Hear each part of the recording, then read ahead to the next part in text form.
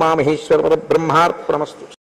ఈనాడు శ్రీరామాయణంలో అత్యంత కీలకమైనటువంటి ఘట్టంలోకి మనం ప్రవేశిస్తున్నాం. వాలి వధ శ్రీరామాయణంలో రాముని చేతిలో నిహతులైనటువంటి అనేక మందిలో ఒకటిగా చెప్పబడినటువంటి ఇతివృత్తమైనప్పటికీ రామచంద్రమూర్తి విషయంలో ఎప్పుడూ సాధారణంగా వినపడేటటువంటి విమర్శ ఏమిటంటే చెట్టు చాటు నుంచి కొట్టాడు. అప్పటి నుంచి ఇప్పటి వరకు ఎప్పుడూ అదే మాట ఆయన మీద. చెట్టు చాటు నుంచి కొట్టాడు రాముడు, బాణం వేసి వాలిని చంపాడు. అసలు నిజంగా వాలి వధలో ఏమి జరిగిందో, వాలి వధ ఏ ప్రకారం రామచంద్రమూర్తి చేశారో, దానికి వాలి యొక్క ప్రతిస్పందన ఏమిటో, అందులో ఎన్ని రహస్యాలు దాగి ఉన్నాయో, అందులో మనం తెలుసుకోవలసినటువంటి విషయం ఏది ఉందో మీరు తెలుసుకుంటే చాలా గొప్పగా అనిపిస్తుంది. ఆ వాలి వధ వాల్మీకి మహర్షి అత్యద్భుతమైనటువంటి రచన వైశిష్ట్యంతో ఆవిష్కరించినటువంటి గాథ. నిన్నటి రోజు మీకు నేను మనవి చేశాను, యుద్ధానికి బయలుదేరుతున్నటువంటి వాలిని తార అనేక విధములుగా బోధ చేసి ఇప్పుడు నువ్వు యుద్ధమునకు వెళ్ళవద్దు అని ఉపదేశించింది. ఎంత సలహా చెప్పినా ఆయన తార చెప్పినటువంటి మాటలో ఉన్న సారాన్ని గ్రహించడం కన్నా తాను చేసుకున్న నిర్ణయానికి కట్టుబడి ఉండడానికి ఇష్టపడతాడు. నిన్నటి రోజున నేను మీకు రామాయణంలో కనపడే దాంపత్యాల గురించి కూడా కించిత్ స్పృశించి చూపించాను. కాబట్టి ఇప్పుడు ఆయన అంటున్నాడు, నా మీద యుద్ధం చేయడం కోసమని నా తోడ పుట్టినటువంటి వాడు, నాకు తమ్ముడు అయినటువంటి సుగ్రీవుడు కిష్కింధానగర ప్రవేశం చేసి అంత మహానాదం చేసి నన్ను యుద్ధానికి రమ్మని పిలుస్తున్నాడు. నేను చేతకాని వాళ్ళే ఉండిపోవడం నాకు ఇష్టం లేదు. ఇప్పుడే వాడిని నేను అంత శిక్షించి పంపించాను, అయినా తెంపరితనంతో మళ్ళీ వచ్చి మహానాదం చేసి నన్ను యుద్ధానికి పిలుస్తున్నాడు. నువ్వు రాముని యొక్క ఔన్నత్యాన్ని నాతో చెప్పావు, చెప్పి అంత గొప్పవాడైనటువంటి రాముడితో వాలికి స్నేహం ఏర్పడింది కనుక నేను యుద్ధానికి వెళ్ళడం మంచిది కాదు అని చెప్తున్నావు. నేను కూడా నీతో ఒక మాట చెప్తాను విను. నచ కార్యో విషాదస్తే రాఘవం ప్రతిమకృతే ధర్మజ్ఞశ్చ కృతజ్ఞశ్చ కథం పాపం కరిష్యతి. అంత ధర్మజ్ఞుడైనటువంటి వాడు, అంత కృతజ్ఞుడైనటువంటి వాడు, అటువంటి సత్శీలము కలిగినటువంటి వాడు నా యందు ఏ పాపం ఉందని నన్ను చంపుతాడు? రాముడు నా జోలికి ఎందుకు వస్తాడు? కాబట్టి ఇప్పుడు రాముడు సుగ్రీవుడితో కలిస్తే రాముడు నన్నేదో చేస్తాడన్న భయం నీకెందుకు? రాముడు నన్ను ఏమైనా చెయ్యాలి అంటే నా యందు ఏదైనా అధర్మం ఉండాలి, నా యందు ఏం అధర్మం లేదు. ఇంతకన్నా ఘోరమైనటువంటి ఆత్మవంచన లోకంలో ఇంకోటి ఉండదు. ఎందుకనంటే తను తప్పు చేశాను అని అంగీకరించగలిగితే కనీసంలో కనీసం నిజమే నేను అలా చేయకుండా ఉండాల్సింది, నేను ఒక తప్పు చేశాను అని అన్న ఉత్తర క్షణంలో ఈశ్వరుడు మన్నిస్తాడు. కొంత క్షమార్పణ ఉంటుంది అంగీకరిస్తే. అసలు నా యందే తప్పు ఉంది అంటే అది ఇంక అసలు అతను తప్పు చేస్తూ కూడా తన దగ్గర ఏ తప్పు లేదంటున్నాడు. ఇంకా అంతకన్నా బుకాయించడం ఇంకోటి ఉండదు. మీరు కొంచెం జాగ్రత్తగా గమనిస్తే వాలి ఎక్కువ మాట్లాడే అవకాశం రామాయణంలో కలగలేదు, కానీ వాలి మాట్లాడడానికి రావణుడు మాట్లాడడానికి పెద్ద తేడా ఏముండదు, ఒక్కలాగే మాట్లాడతారు ఇద్దరు. కాబట్టి నచ కార్యో నిషాదస్తే రాఘవం ప్రతిమకృతే ధర్మజ్ఞశ్చ కృతజ్ఞశ్చ కథం పాపం కరిష్యతి. ఆయన ఎందుకు పాపం చేస్తాడు? ఆయన ఎందుకు మధ్యలో నన్ను చంపుతాడు? నువ్వు పిరికి దానివి. కాబట్టి నువ్వు అనవసరంగా భయపడవలసినటువంటి అవసరం లేదు, నిరపరాధిని, నన్నేమి చేయడం అని తారకి ఒక అభయం ఇచ్చాడు. సుగ్రీవుడు తమ్ముడు, అతనిని మించిన బంధువు లేడు, అతనికి యవ్వరాజ్య పట్టాభిషేకం చేసి మేమిద్దరం సంతోషంగా ఉంటే బాగుంటుందని కదా నువ్వు అంటున్నావు. ప్రతియోత్సామ్యహం గత్వా సుగ్రీవం జహి సంభ్రమం దర్పమాత్రం వినేష్యామి నచ ప్రాణైర్విమోచ్యతే. నేను ఆ వచ్చినటువంటి సుగ్రీవుని యొక్క దర్పమును అణిచేటటువంటి ప్రయత్నం చేస్తాను. కేవలం మళ్ళీ మళ్ళీ ఇలా నన్ను యుద్ధానికి పిలవకుండా అతని యందు అతిశయించినటువంటి గర్వాన్ని రూపుమాపేటట్టుగా చేస్తాను. అలా యుద్ధం చేసి అతన్ని తరిమి కొడతాను తప్ప అతని ప్రాణం తీసేయను. ఇలా రెండో మాట వచ్చినా కూడా నేను చంపను, వదిలిపెట్టేస్తాను. అంటే రాముడు నన్నేం చేయడు, కానీ సుగ్రీవుణ్ణి మాత్రం నేను నిగ్రహిస్తాను. నువ్వు ఇంత చెప్పావు కాబట్టి నేను చేసేది ఏమిటంటే సుగ్రీవుణ్ణి చంపనులే, విడిచిపెడతాను. ఈ మాట చెప్పి ఆయన యుద్ధానికి బయలుదేరుతున్నాడు. వద్దు వద్దు అని తార వెంబడిస్తాను. సరే, ఆయన అన్నాడు, ఇంక నేను యుద్ధభూమికి బయలుదేరుతున్నాను, అంతఃపుర ప్రాంగణాన్ని దాటేస్తున్నాను, కాబట్టి ఇక నువ్వు నన్ను అనుగమించడానికి వీల్లేదు, నువ్వు నీ చిలికెత్తులతో కలిసి వెనక్కి వెళ్ళిపో అన్నాడు. ఇక్కడ తార తంతు తారా పరిష్వజ్య వాలినం ప్రియవాదిని చకార రుదతీ మందం దక్షిణాసా ప్రదక్షిణం. కొన్ని చెయ్యకూడని పనులు ఉంటాయి. అవి ఏం చేస్తాయంటే, ప్రత్యేకించి భార్య మిగిలిన వాళ్ళ వైపు నుంచి వచ్చేటటువంటి ఫలితం అంత ఉంటుందా అంటే కొంచెం చెప్పడం కష్టం. కానీ భార్య చేసేటటువంటి పనులు మాత్రం భర్త మీద తప్పకుండా ప్రభావం చూపిస్తాయి. అందుకే భర్త యశస్సుకి, భర్త యొక్క తేజస్సుకి, భర్త యొక్క తపస్సుకి, భర్త యొక్క ఐశ్వర్యానికి, ఆయన వైభవానికి, ఆయన అధికారానికి అన్నిటికీ కూడా కారణం ఎవరవుతారంటే భార్యే అవుతుంది. ఆ ఇంటి లక్ష్మి ఆవిడ చెయ్యనిది ఆయన యందు పూర్ణంగా ప్రకాశించదు. ఆయన ఎంతో పొందవలసిన వాడు కొంతే పొందుతాడు, ఎందుకంటే ఆవిడ వైపు నుంచి ఉపాసన లేదు. అందుకే మీరు లలితా సహస్రనామ స్తోత్రంలో ఒక నామం వినుంటారు, పులోమజార్చిత అని. అమ్మవారి నామాల్లో ఒక నామం పులోమజార్చిత అంటే శచీదేవి. శచీదేవి ఎప్పుడూ అమ్మవారిని పూజిస్తూ ఉంటుంది. శచీదేవి అమ్మవారిని పూజించింది కాబట్టి ఫలితం ఏమిటి? ఇంద్రుడు స్వర్గలోకాధిపత్యాన్ని పొంది ఉంటాడు. భర్త ఐశ్వర్యం, భర్త విజయం, భర్త యొక్క గౌరవం, భర్త యొక్క కీర్తి దేని మీద ఆధారపడి ఉంటాయి అంటే భార్య ఉపాసన మీద ఆధారపడతాయి. రెండు, భార్య చెయ్యకూడని పని కానీ, భార్య ప్రవర్తించకూడని విధంగా ప్రవర్తించడం కానీ చేస్తే అది కూడా ఫలితాన్ని ఇస్తుంది. కళ్ళ నీళ్లు పెట్టుకోకూడనటువంటి సందర్భంలో కళ్ళ నీళ్లు పెట్టుకుంటూ ఉండడం, అస్తమానం ఏడుస్తూ ఉండడం, అయిందానికి కాందానికి అసంతృప్తితో రగులుతూ ఉండడం, ఇది భర్త యొక్క ఉన్నతికి హేతువులు కావు, ప్రమాదకరమైనటువంటి చేష్టితములు. ఆమె అందరి యందు ప్రేమ కలిగినది తార. ఎందుచేతనంటే మహర్షి ఆ విషయాన్ని ఈ సర్గలో ఒక దక్షిణ అంటారు. దక్షిణ అంటే అందరి యందు ప్రేమ కలిగింది. అందుకే ఆమె ఒక్క వాలి గురించి ఆలోచించలేదు, సుగ్రీవుడి గురించి కూడా ఆలోచించింది, రాముడి గురించి కూడా ఆలోచించింది, అంగదుడి గురించి ఆలోచించింది. ఇన్ని ఆలోచించినటువంటి తార చెయ్యకూడని ఒక పని ఉద్వేగంతో చేసింది. ఏం చేసింది అంటే మహర్షి యొక్క గొప్పతనం అదే. రామాయణ రచనలో తంతు తారా పరిష్వజ్య వాలినం ప్రియవాదిని, ఆ వాలిని గట్టిగా కౌగిలించుకుంది. ఎలా కౌగిలించుకుంది? ఏదో ప్రియమార భార్య కౌగిలించుకోవడం శాస్త్రంలో అభ్యంతరకరమేం కాదు. కానీ చకార రుదతీ మందం, ఆమె ఏడుస్తూ కౌగిలించుకుని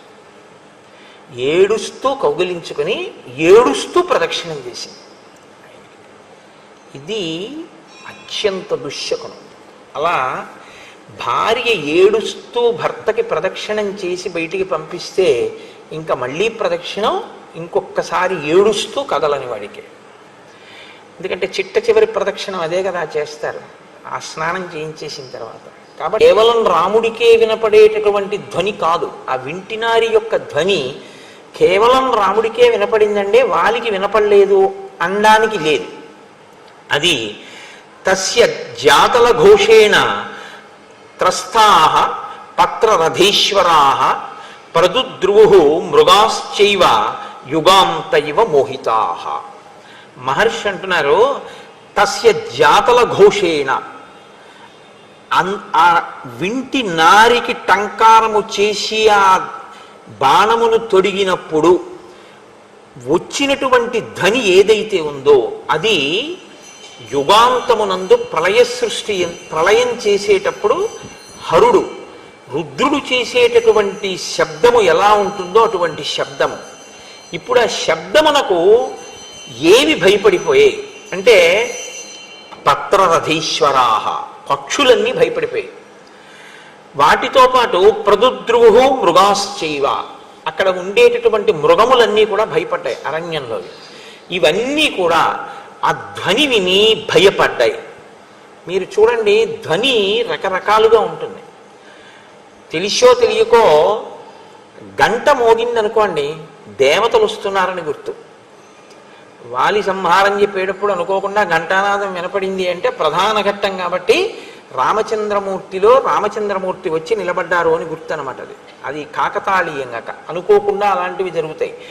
ఆ ఘంటానాదం వినపడింది అంటే దేవతలు వచ్చి నిలబడిపోయారు అని గుర్తు అక్కడ. అందుకే కురు ఘంటానాదం, ఆ ఘంటానాదం చేస్తే తప్ప దేవతలు రారు. శంఖాన్ని మ్రోగిస్తే విజయం వస్తుంది, బిందెలు మోగిస్తే పితృదేవతలు వస్తారు. కంచాలు కొడితే, కంచాన్ని కొట్టినా కూడా పితృదేవతలు వస్తారు, పళ్ళాన్ని కొట్టినా కూడా. బిందెలో గ్లాసు పెట్టి అదే పనిగా చప్పుడు చేస్తే దయ్యాలు కూడా వస్తాయి. అందుకే ఆ చప్పుడు చేయకురా అంటారు. కాబట్టి ఇప్పుడు ఆ ధ్వని జంతువులకు వినపడింది, పక్షులకు వినపడింది. అది ఏదో ధ్వని అనేవి అవి ఇలా ఇలా చూడలేదు. ఏమిటి ధ్వని అని ఒకసారి తలెత్తి చూస్తాయి. అవి అలా చూడలేదు. ఎక్కడివక్కడ పక్షులన్నీ ఆకాశంలోకి ఎగిరిపోయి, ఎగిరిపోయో వాటికే తెలియదు ఎగిరిపోయి. జంతువులన్నీ వాటి కంటికి ఎదురుగుండా ఏ దిక్కుంటే ఆ దిక్కుకు పారిపోయి. అంటే అది భయజనకమే. అది ఎవ్వరికీ కూడా సంతోషదాయకమైనటువంటి ధ్వని కాదు, ఏదో ప్రమాదమును స్ఫురింపచేసేటటువంటి ధ్వని. ఇక్కడ మీరు ఒకటి ఆలోచించండి, మరి మృగములు పారిపోయి పక్షులు ఎగిరిపోయేటంత ధ్వని వస్తే ఎంతో దూరంలో లేడు కదండి వాలి సుగ్రీవులు. మరి వాలికి సుగ్రీవుడికి కూడా ఇది వినపడాలి. సుగ్రీవుడికి వినపడితే ఆయన ఆశ్చర్యపోడు. ఎందుకు ఆశ్చర్యపోడు? ఓ రాముడు బాణాన్ని సంధిస్తున్నాడు అనమాట అనుకుంటాడు. ఆయన ఎలాగో చూస్తున్నాడు, ముహుర్ముహు మళ్ళీ మళ్ళీ చూస్తున్నాడు, బాణం వచ్చేస్తోందా ఇట్లించి అన్నా అని. ఇప్పుడు చూడవలసిన వాడు ఎవరు? ఇప్పుడు ఈ ధ్వనిని బట్టి ఎవరో వింటినారిని సంధించారు కాబట్టి ఎవరో బాణప్రయోగం చేస్తారేమో అని చూడవలసినటువంటి వాడు వాలి. వాలి గురించి మీరు ఒక విషయాన్ని విన్నారు. ఆయన వేగం ఆ కాలంలో ఎవరికీ లేదు. ఒక్క గరుత్మంతుడికి, మనసుకి, వాయుదేవుడికి, వాలికి, నలుగురికి అంతటి వేగమైంది. అంత వేగంగా పెడతాడు ఆయన. ఇంత వేగం కలిగినటువంటి వాలి బలము క్షీణించి లేడు, బలము పెరిగి ఉన్నాడు యుద్ధంలో. కాబట్టి ఇప్పుడు ఆయన వింటినారి టంకారము ఎట్నుంచి వినపడిందో అటువైపుకి ఒక్క క్షణంలో వెళ్ళిపోగలడు. ఇంకా క్షణం అన్న మాట కూడా ఎక్కువ ఆయనకి.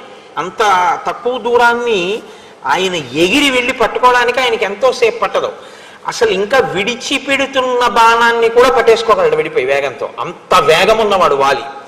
కానీ తతస్తేన మహాతేజ వీర్యయుక్త కపీశ్వర వేగేనాభిహతో వాలి నిపపాత మహీతలే ముక్తస్తు వజ్ర నిర్ఘోష ప్రదీప్తాశని సన్నిభ రాఘవేణ మహాబాణో వాలి వక్షసి పాతిత. అది ఒక పెద్ద మెరుపు వచ్చినట్టుగా ఒక కాంతి వచ్చింది. ఆ కాంతి వచ్చి వజ్రాయుధాన్ని ప్రయోగించినప్పుడు ఇటువంటి ధ్వని వస్తుందో అటువంటి ధ్వనిని చేస్తూ ప్రదీప్తాశని సన్నిభ, ఒక జాజ్వల్యమైనటువంటి కాంతితో రాఘవేణ మహాబాణో, రాఘవుడు విడిచిపెట్టినటువంటి బాణం వాలి వక్షసి పాతిత, వాలి యొక్క వక్షస్థలం మీద వచ్చి పడిపోయింది, గుచ్చుకుపోయింది. అంటే ఇప్పుడు మీరు ఒక విషయాన్ని జాగ్రత్తగా గమనించాలి. వాలి వేగం కన్నా వేగంగా రాముడు బాణం వేశాడు. వెనక నుంచి వేశాడా, ముందు నుంచి వేశాడా? వెనక నుంచి వేస్తే వీపులో గుచ్చుకుంటుంది, ముందు నుంచి వేస్తే గుండెల్లో గుచ్చుకుంటుంది. అది ఎక్కడ గుచ్చుకుందని చెప్పారు మహర్షి. వేగేనాభిహతో వాలి నిపపాత మహీతలే, ఆ వచ్చినటువంటి బాణం వాలి వక్షసి పాతిత, వక్షస్థలంలో గుచ్చుకుంది. వక్షస్థలంలో గుచ్చుకుంది అంటే రాముడు బాణప్రయోగం చేసే వేళటికి వాలికి వెనకకి లేడు, వాలికి ముందుకే ఉన్నాడు. కానీ ధ్వని మృగములకు వినపడింది, పక్షులకు వినపడింది, పారిపోయే కూడా. వజ్రము యొక్క శబ్దం వచ్చింది, వజ్రాయుధం యొక్క శబ్దం. కానీ ఇలా చూసి ఎగిరి వెళ్ళి పట్టుకోవడం అనేటటువంటిది వాలికి ఎంత తేలిక అని మనం చెప్పగలమో అంతకన్నా వేగంగా ఆ మరుక్షణం అన్న మాట చాలా తక్కువ. ఈ రెండు వేగాల గురించి చెప్పడానికి భాష ఉండదు, అది మీరు గుర్తించాలి. మీరు భావనతో అనుభవించాలి తప్ప ఇప్పుడు వాలి ఏ వేగంతో పెడతాడు, దాన్ని అతిక్రమించినటువంటి వేగంతో రాముడు ఎంత వేగంతో బాణం వేశాడు చెప్పమంటే భాష సరిపోదు ఆ వేగాలకి. ఈ వేగం ఉందా లేదా ఇది సుగ్రీవుడు చూసింది. ఇంత వేగంగా వేయగలడా, లేకపోతే వచ్చి మీద పడిపోతాడు వాలి. కాబట్టి ఇప్పుడు ఆ బాణం వచ్చి పడిపోయింది అంతే. పడడం ఏమిటి, వాలి పడిపోయాడు అంతే. అంటే రామబాణ ప్రయోగం అంటే అలా ఉంటుంది. కాబట్టి ఇప్పుడు ఆయన వెంటనే కింద పడిపోయాడు. ఒక మహాపర్వతం కింద పడిపోతే ఎలా ఉంటుందో అలా పడిపోయాడు. రామబాణం తగిలిన తర్వాత ఇంకా పైకి లేవడం అనేటటువంటి ప్రసక్తి ఉండదు. కాబట్టి ఆ వక్షస్థలంలోంచి నెత్తురు కాలవల కింద ప్రవహిస్తుంది. ఇప్పుడు రామలక్ష్మణులే ఆయన దగ్గరికి వెళ్ళారు, కింద పడిపోయినటువంటి వాలి దగ్గరికి వెళ్ళారు. సుగ్రీవుడు అక్కడే ఉన్నాడు కదండి, ఎలాగో యుద్ధం చేస్తాను. కాబట్టి భూమౌ నిపతితస్యాసి తస్య దేహం మహాత్మనః న శ్రీర్జహాతి న ప్రాణ న తేజో న పరాక్రమ శక్రదత్తా వరామాల కాంచనీ వజ్రభూషిత దదార హరిముఖ్యస్య ప్రాణాం తేజ శ్రియంచసా.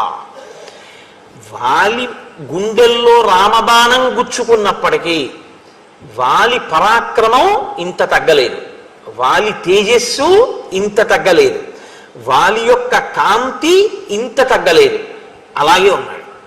రామ బాణం తగిలేక అలా ఉండడమే. ఎందుకున్నాడు అంటే శక్రదత్త వరామాల కాంచనీ వజ్రభూషిత, ఇంద్రుడి చేత ఇవ్వబడినటువంటి హారం ఆయన మెడలో ఉన్నంత వరకు ఆయన పరాక్రమాన్ని, ఆయన తేజస్సుని ఆ మాల తీసుకుని రక్షిస్తుంటుంది ఆయన్ని. కాబట్టి ఇప్పుడు వాలి ప్రాణం పోవడం మాత్రం ఉండదు.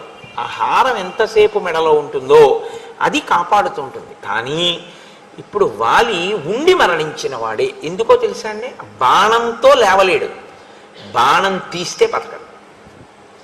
కాబట్టి ఇప్పుడు అలా కొట్టారు. రామచంద్రమూర్తి యొక్క బాణం అంటే మహానుభావుడిది అలా ఉంటుంది. అందుకే రాముణ్ణి నమ్ముకున్న వాడికి భయం అన్నది ఉండదు. ఎందుకో తెలుసా అండి, రాముణ్ణి నమ్ముకున్నవాడి జోలికి వెళ్ళడమే.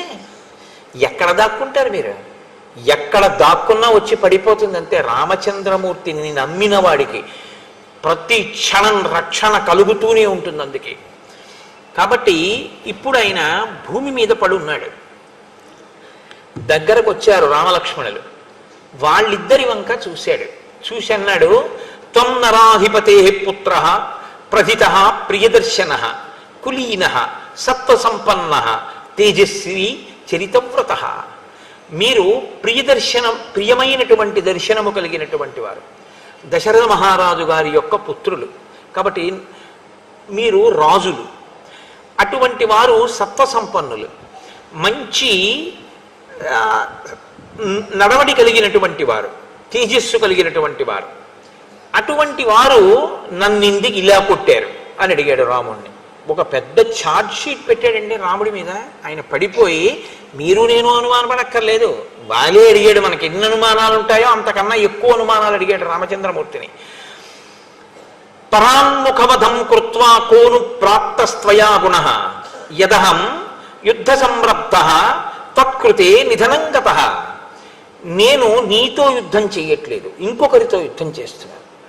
ఇంకొకరితో యుద్ధం చేస్తూ నీ వైపు నా దృష్టి లేనప్పుడు నువ్వు నా మీద ఎందుకు బాణప్రయోగం చేశావు? నా ఎదురుగుండా కనపడకుండా. నువ్వు నా కంటికి కనపడడం వేరు, నా కంటికి నువ్వు కనపడలేదు. కనపడకుండా నేను పరాకుగా వేరొకరితో యుద్ధం చేస్తుండగా నువ్వు నా మీద బాణం వేశావు. ఇప్పుడు నీ గుణములన్నీ నువ్వు చేసిన పని చేత కొట్టుకుపోలేదా? ఇంత చారిత్రం ఉన్నవాడివి, ఇంత గొప్పవాడివని పేరున్నవాడివి, పరాకుగా ఉన్న వాలిని కంటి ముందు కనపడకుండా బాణమేసి కొట్టి రాముడు చంపాడన్న ఈ ఒక్క అపకీర్తి చేత నువ్వు సంపాదించుకున్న కీర్తి అంతా మట్టిలో కలిసిపోలేదా? దీని వలన నువ్వేం సాధించావు? నేను చచ్చిపోవడం మాట అలా ఉంచు, నీకు కళంకం వచ్చిందే, నీ కీర్తి మాసిపోయిందే ఇవాళతో, దేనికి చేశావు ఈ పని అంటూ ఏం తక్కువ మాట్లాడలేదండి ఆయన. రామకరుణ వేదీచ ప్రజానాంచ హితేరత సానుక్రోశో జితోత్సాహ సమయజ్ఞో దృఢవ్రత ఇతి తే సర్వభూతాని కథయంతి యశోభువి. దెప్పి పొడిచాడు రాముణ్ణి.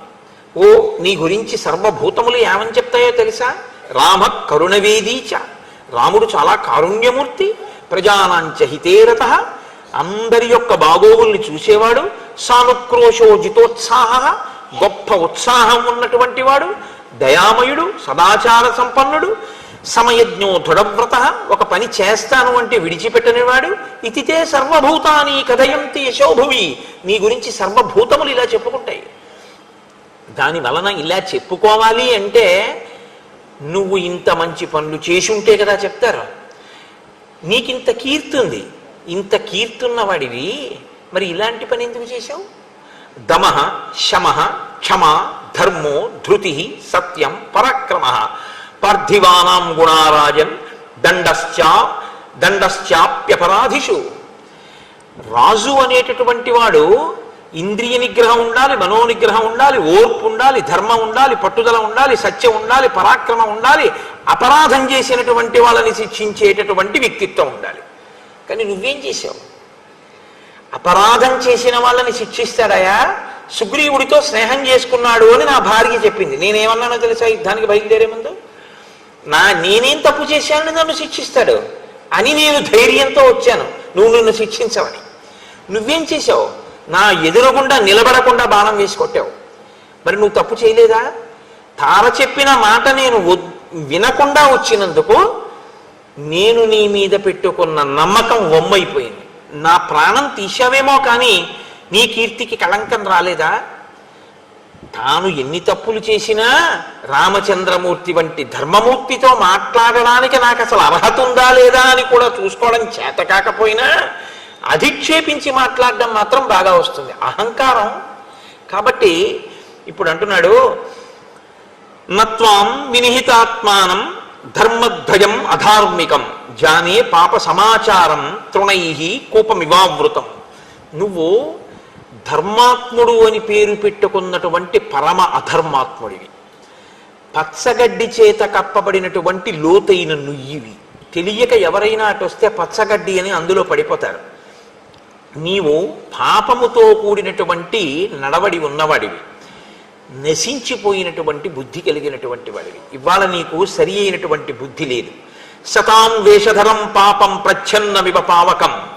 నువ్వు ధర్మాత్ముడివి అని లోకం ఎందుకు అనుకుంటోందంటే ధర్మాత్ముడిలా వేషం కట్టావు, ధర్మాత్ముడు అనుకునేటట్టు నటిస్తూ ఉంటావు. నువ్వు ధర్మాత్ముడివి కావు, నీవు బూది కప్పిన నిప్పు.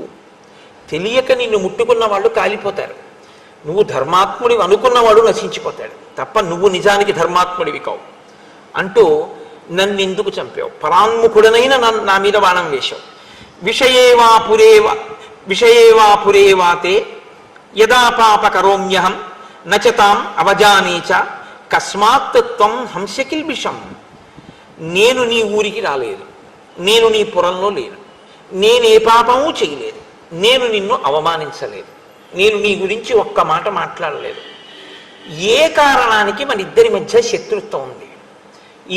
ఈ కారణం వల్ల నీకు నాకు శత్రుత్వం ఉంది, బాణం వేసి చంపానంటావా? నేను ఎప్పుడు మీ ఊరు రాలేదే, అసలు నేను ఏ పాపము చేయలేదే, నిన్ను నేను ఎప్పుడు అవమానించలేదే, మరి ఏ కారణానికి వేశావు బాణం? ఫలమూలాశనం నిత్యం వానరం వనగోచరం మామిహ ప్రతియుధ్యంతం అన్యేన చ సమాగతం. నేను అరణ్యాల్లో తిరుగుతూ ఉంటాను, నేను పళ్ళు తింటాను, దుంపలు తింటాను, నేను వానరుణ్ణి కాబట్టి వనగోచరం, అడవిలో చెట్ల మీద తిరుగుతూ ఉంటాను, భూమి మీద తిరుగుతూ ఉంటాను. కాబట్టి నాకు నీకు యుద్ధం రావలసినటువంటి అవసరం అసలు లేదు. పైగా నేను యుద్ధం చేస్తున్నది నా తమ్ముడితో చేస్తున్నాను, ఇంకొక వానరంతో చేస్తున్నాను.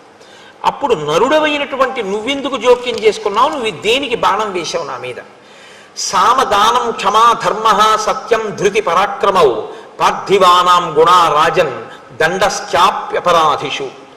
ఒక రాజు అన్నవాడికి కొన్ని లక్షణాలు ఉంటేనే వాడు రాజు అనిపించుకుంటాడు తప్ప నీలా చేతిలో ధనస్సు ఉన్నవాడల్లా బాణాలు వేసేవాడినల్లా రాజు అనకూడదు. సామము, దానము, ఓర్పు, ధర్మము, సత్యము, పట్టుదల, పరాక్రమము ఇవి ఎవరికి ఉంటాయో, ఎవడు యుక్తాయుక్త విచక్షణతో అపరాధికి దండన విధిస్తాడో అటువంటి వాడు రాజు అనిపించుకుంటాడు. సాధారణంగా లోకంలో ఇద్దరి మధ్య శత్రుత్వం రావాలి అంటే, ఒకడు ఇంకొకడిని నిగ్రహించాలి అనుకోవాలి అంటే కొన్ని కారణాలు ఉంటాయి. వాటి వల్ల మాత్రమే ఇద్దరి మధ్య పగలు ఏర్పడతాయి. భూమిర్హిరణ్యం రూపంచ నిగ్రహే కారణాని చ అత్ర కస్తే వనే లోభో మదీయేషు ఫలేషువా. ఒకటి భూమి వలన తగు రావాలి. ఈ భూమి నాదని ఒకడనాలి, కాదు నాదని ఒకడనాలి, అందుకు గొడవ రావాలి. హిరణ్యం బంగారం వల్ల గొడవ రావాలి. రూపంచ వెండి వలన తగు రావాలి. కానీ ఈ మూడిటి వలన కాకుండా నువ్వు దేని కొరకు ఇక్కడికి యుద్ధానికి వచ్చినట్టు? ఇక్కడున్న చెట్లు, పళ్ళు, కాయలు వీటి కోసం నన్ను చంపడానికి వచ్చావా అడవికి? ఇక్కడికి వచ్చి నా మీద బాణం వేయవలసిన అవసరం ఏంటి? భూమి విషయంలో కానీ, బంగారు విషయంలో కానీ, వెండి విషయంలో కానీ నీకు నాకు ఏ విధమైనటువంటి పగలు ప్రతీకారాలు లేవు. త్వంతు కామప్రధానశ్చ కోపనశ్చానవస్థిత రాజవృత్తైశ్చ సంకీర్ణ శరాసన పరాయణ. రామ, నీవు కామప్రధానశ్చ, నువ్వు కామప్రధానమైన జీవితం గడిపేటటువంటి వాడివి. చాలా విశేషమైనటువంటి కోప స్వభావుడు. నీ కోపాన్ని నువ్వు అణుచుకోలేవు. ఒక రాజు ధర్మార్థ కామములను ఎలా సమన్వయం చేసుకోవాలో, ఏది ఎక్కడ ఎలా ఎంత మోతాదులో వాడుకోవాలో తెలిసినటువంటి వాడై ఉండాలి. కానీ నీకది తెలియదు. కాబట్టి నువ్వు ఒకదాన్ని ఒకదాంతో అశాస్త్రీయంగా మేళవించి ప్రవర్తిస్తూ ఉంటావు. శరాసన పరాయణ, నువ్వు చేతిలో ధనస్సు ఒకటి పట్టుకుని ఎవడి మీద ఎప్పుడు ఎలా బాణం వేద్దామా అని చూస్తావు. అందులో ఇంక నీకు ధర్మాధర్మాలు లేవు. ఎదురుగుండా ఉండి కొట్టానా, ఇంకోటితో యుద్ధం చేస్తుంటే కొట్టానా, ఇవన్నీ అక్కర్లేదు. బాణం వేయడమే నీకు పని, అంతే. కాబట్టి అలా బాణం వేసేటటువంటి లక్షణం ఉన్నవాడివి. కాబట్టి మీరు ఒకటి గుర్తించండి, మనం కొత్తగా వాలిని రాముడు చెట్టుచాటు నుంచి కొట్టాడు అని అడగక్కర్లేదు. వాలి మనకన్నా ఎక్కువ ప్రశ్నలు ఆయనే వేశాడు కదండి. ఇప్పుడు వాలి తృప్తి పడితే రాముడి జవాబుకి ఇక మీరు నేను ఎప్పుడూ ఆ ప్రసక్తి జోలికి వెళ్ళక్కర్లేదు. రామాయణం విన్నందుకు కదా. అధార్యం చర్మమే సద్భి రోమాణ్యస్తి చ వర్జితం అభక్ష్యాని చ మాంసాని తద్విధైర్ ధర్మచారిభి. రామ, నేను నా యొక్క చర్మము ఎవ్వరికీ పనికిరావు. ఎందుచేత అంటే జంతువుల్ని వేటాడతారు నరులు. దేనికి వేటాడతారు? ఒకటి చర్మం కోసం వేటాడతారు. కొన్ని జంతువుల యొక్క చర్మం ఒలిచి తెచ్చుకుంటే దాని మీద కూర్చుని ధ్యానం చేస్తే కొన్ని శక్తులు కలుగుతాయి అని కొన్ని చర్మాలను తెచ్చుకుని వాటి మీద వేసి కూర్చునేటటువంటి అలవాటు ఉంది లోకంలో. కాబట్టి చర్మం కోసం జంతువుని చంపుతారు. నా చర్మం పనికిరాదు, కోతి చర్మాన్ని వాడరు. 2, సద్భి అంటే సత్పురుషులైనటువంటి వాళ్ళు. ఏదో సద్భి అన్నమాట ఎందుకు వేశాడో తెలుసా అండి? అంటే రామచంద్రమూర్తి ఆయన ఉద్దేశంలో దుర్మార్గుడు కాబట్టి నీలాంటి వాడి గురించి మాట్లాడట్లేదు. సత్పురుషులైతే రోమాణ్యస్థిత వర్జితం, నా వెంట్రుకలు పనికిరావు. ఎందుకంటే చామరీ మృగం ఉందనుకోండి, దాన్ని చంపి దాని వెంట్రుకలు తీసి లేదా దాని వెంట్రుకలను ఎలాగో అలా సేకరించి చామరంలో వేసి ఈశ్వరుడి సేవలో ఉపయోగిస్తారు. కాబట్టి నా వెంట్రుకలు పనికిరావు. కోతి వెంట్రుకలు ఎవళ్ళు దేనికి వాడరు. అలాగే అస్థి, ఎముకలు కూడా దేనికి పనికిరావు. కొన్ని జంతువులకు సంబంధించినటువంటి ఎముకలు ఉన్నాయంటే వాటికి ఏదో ఇతరత్ర ప్రయోజనాలు ఉంటాయి. కొన్నింటి ఎముకలు కొన్నింటికి వాడతారు. ఎముకలు అన్న శబ్దాన్ని ఎముకలుగానే స్వీకరించక్కర్లేదు, శరీరంలోంచి పుట్టినవి కూడా అవ్వచ్చు. ఓ పులి గోరు, ఏనుగు దంతం ఇలాంటి వాటిని వాడుకుంటూ ఉంటారు. లేదా కొన్ని జంతువుల యొక్క ఎముకలు కూడా చాలా లేతగా ఉన్నటువంటి ఎముకల్ని కూడా వండుకు తినేవాళ్ళు ఉంటారు. కానీ నా ఎముకలు పనికిరావు, నా చర్మం పనికిరాదు, నా మాంసం పనికిరాదు, నా వెంట్రుకలు పనికిరావు. అభక్ష్యానిచ మాంసాన్ని, కోతి మాంసాన్ని ఎవరు తినరు. కాబట్టి నరుడు మరణిస్తే ఎలా భూస్థాపితం చేస్తారో, నరుడు మరణిస్తే ఎలా దహించేస్తారో, అలా మా శరీరములు భూస్థాపితం చేయబడాలి, దహింపబడాలి. అంటే నీకు నన్ను చంపడం వల్ల ఈ ఉపయోగం ఉంది అని చెప్దామా? ఏదో వేటాడాడు, ఒక రాజుగా, ఒక నరుడిగా ఒక జంతువుని వేటాడాడు. అందామంటే ఏ ప్రయోజనానికి వేటాడాడు? కాబట్టి ఇప్పుడు చేతిలో ధనస్సు ఉంది, బాణం ఉందని వేసేసావు అంతే తప్ప ఎందుకు నేను నీకు పనికిరాను, మరి ఎందుకు బాణం వేసి కొట్టినట్టు అని. శటో నైకృతిక క్షుద్రో మిథ్యాప్రసృత మానస కథం దశరథేనత్వం జాత పాపో మహాత్మన. పైకి ఒకలా కనపడుతూ లోపల దుష్టమైనటువంటి చారిత్రమున్న నీ వంటి క్షుద్రుడు, మిథ్యావాదం ఉన్నటువంటి వాడు దశరథ మహారాజు వంటి మహాపురుషుడికి అశ్వమేధయాగం చేసి పుత్రకామేష్టి చేస్తే ఎలా పుట్టాడు అంటే ఇవాళ దశరథ మహారాజు గారి వరకు వెళ్ళిపోయాడు. వెళ్ళిపోయి అన్నాడు, త్వయా దృశ్యేనతు రణే నిహతోహం దురాసద ప్రసుప్త పన్నగేనేవ నరః పానవశం గతః. నువ్వు నా మీద బాణం వేసి చంపడం అనేటటువంటిది నీకు కీర్తికారకమని నువ్వు అనుకుంటున్నావేమో, వాలిని చంపానని. కానీ ఇది ఎటువంటిదో తెలుసా? ఒక వ్యక్తి విపరీతంగా తప్ప తాగాడు, దానివల్ల అతనికి ఒంటి మీద స్పృహ లేదు, నేల మీద పడిపోయి ఉన్నాడు. ఇప్పుడు ఒంటి మీద స్పృహ లేకుండా నేల మీద పడిపోయి ఉన్నటువంటి వ్యక్తిని ఒక క్రూరమైన సర్పము వచ్చి కాటు వేసి చంపితే ఎలా ఉంటుందో, నువ్వు నా మీద బాణం వెయ్యడం అలా ఉంది అని ఒక మాట అన్నాడు. నీవు మొనగాడివైతే నా ఎదురుగుండా వచ్చి నిలబడవలసింది, నువ్వు ఉండకుండా ఉండేవాడివి నా చేతిలో. అది చేత కాక నా ఎదురుగుండా నిలబడలేక నేను ఇంకొకరితో యుద్ధం చేస్తుంటే నా మీద బాణప్రయోగం చేశాడు. సరే, నన్ను చంపేయమని సుగ్రీవుడు అడిగాడు. ఎందుకని? నువ్వు సుగ్రీవుడితో స్నేహం చేశావని నాకు తార చెప్పింది. తారే నాతో ఏం చెప్పిందంటే మీ ఇద్దరి మధ్య సంధి కుదిరిందని చెప్పింది. కాబట్టి సుగ్రీవుడు ఏమడిగి ఉండాలి? నన్ను చంపమని చెప్పు ఉండాలి. నన్ను చంపితే సుగ్రీవుడికి ఏమొస్తుంది? రాజ్యం వస్తుంది. సుగ్రీవుడికి రాజ్యం వస్తే నీకేం వస్తుంది? నీ భార్య వస్తుంది. నీ భార్యని సుగ్రీవుడు వెతుకుతాడు. కానీ అక్కడే నువ్వు తప్పు పని చేశావు రామ. మమేవ యది పూర్వం త్వం ఏతదగ్ధం అచోదయ రాక్షసంచ దురాత్మానం తవ తవ భార్యాపహారిణం సుగ్రీవ ప్రియకామేన యత్కృతేస్మి హతస్త్వయా కంటే బద్ధ్వా ప్రదద్యాంతే నిహతం రావణం రణే. నువ్వు సుగ్రీవుడితో సంధి చేసుకోకుండా నా దగ్గరికి వచ్చి నువ్వు సీతమ్మ జాడ కనిపెట్టమని అడిగి ఉంటే రావణుడితో నేను యుద్ధం చెయ్యక్కర్లేదు. పశువుని లాగినట్టు కంఠానికి తాడేసి ఈడుస్తాను ఇక్కడికి. ఈడ్చి ఎక్కడ వాడు సీతమ్మని జాచినా నీకు సీతమ్మని ఇప్పించి ఉండేవాడిని. నువ్వు నాతో సంధి చేసుకోవడం, స్నేహం చేయడం మానేసి నీ భార్య యొక్క జాడ కనిపెట్టబడడం కోసమని సుగ్రీవుడితో స్నేహం చేసి సుగ్రీవుడికి రాజ్యం ఇప్పిస్తే నీ భార్య జాడ కనిపెట్టడానికి వానరుల్ని పంపిస్తాడని నువ్వు నన్ను చంపావు. కానీ నాతో స్నేహం చేస్తే నీ పని ఇప్పటికే అయిపోయి ఉంటుంది. నేను వెంట కాదు, కానీ నేను మీతో ఒక విషయాన్ని ఇక్కడ మనవి చేయవలసి ఉంటుంది.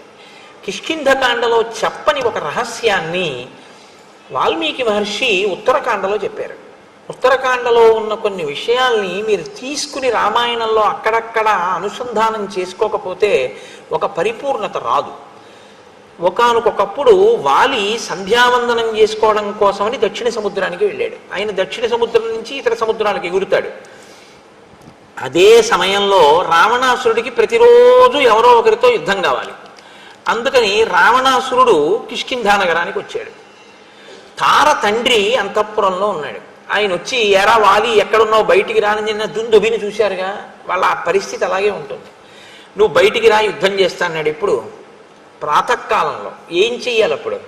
బ్రహ్మవంశ సంజాతుడు రావణుడు అంటే తక్కువవాడు కాడు, విశ్వవసో బ్రహ్మ యొక్క కుమారుడు. కానీ ఆయన చేసిన పని ఏమిటంటే యుద్ధాల కోసం తిరిగాడు ఆ సమయంలో. అంతటి పాపపు నడవడి కలిగినటువంటి వాడు.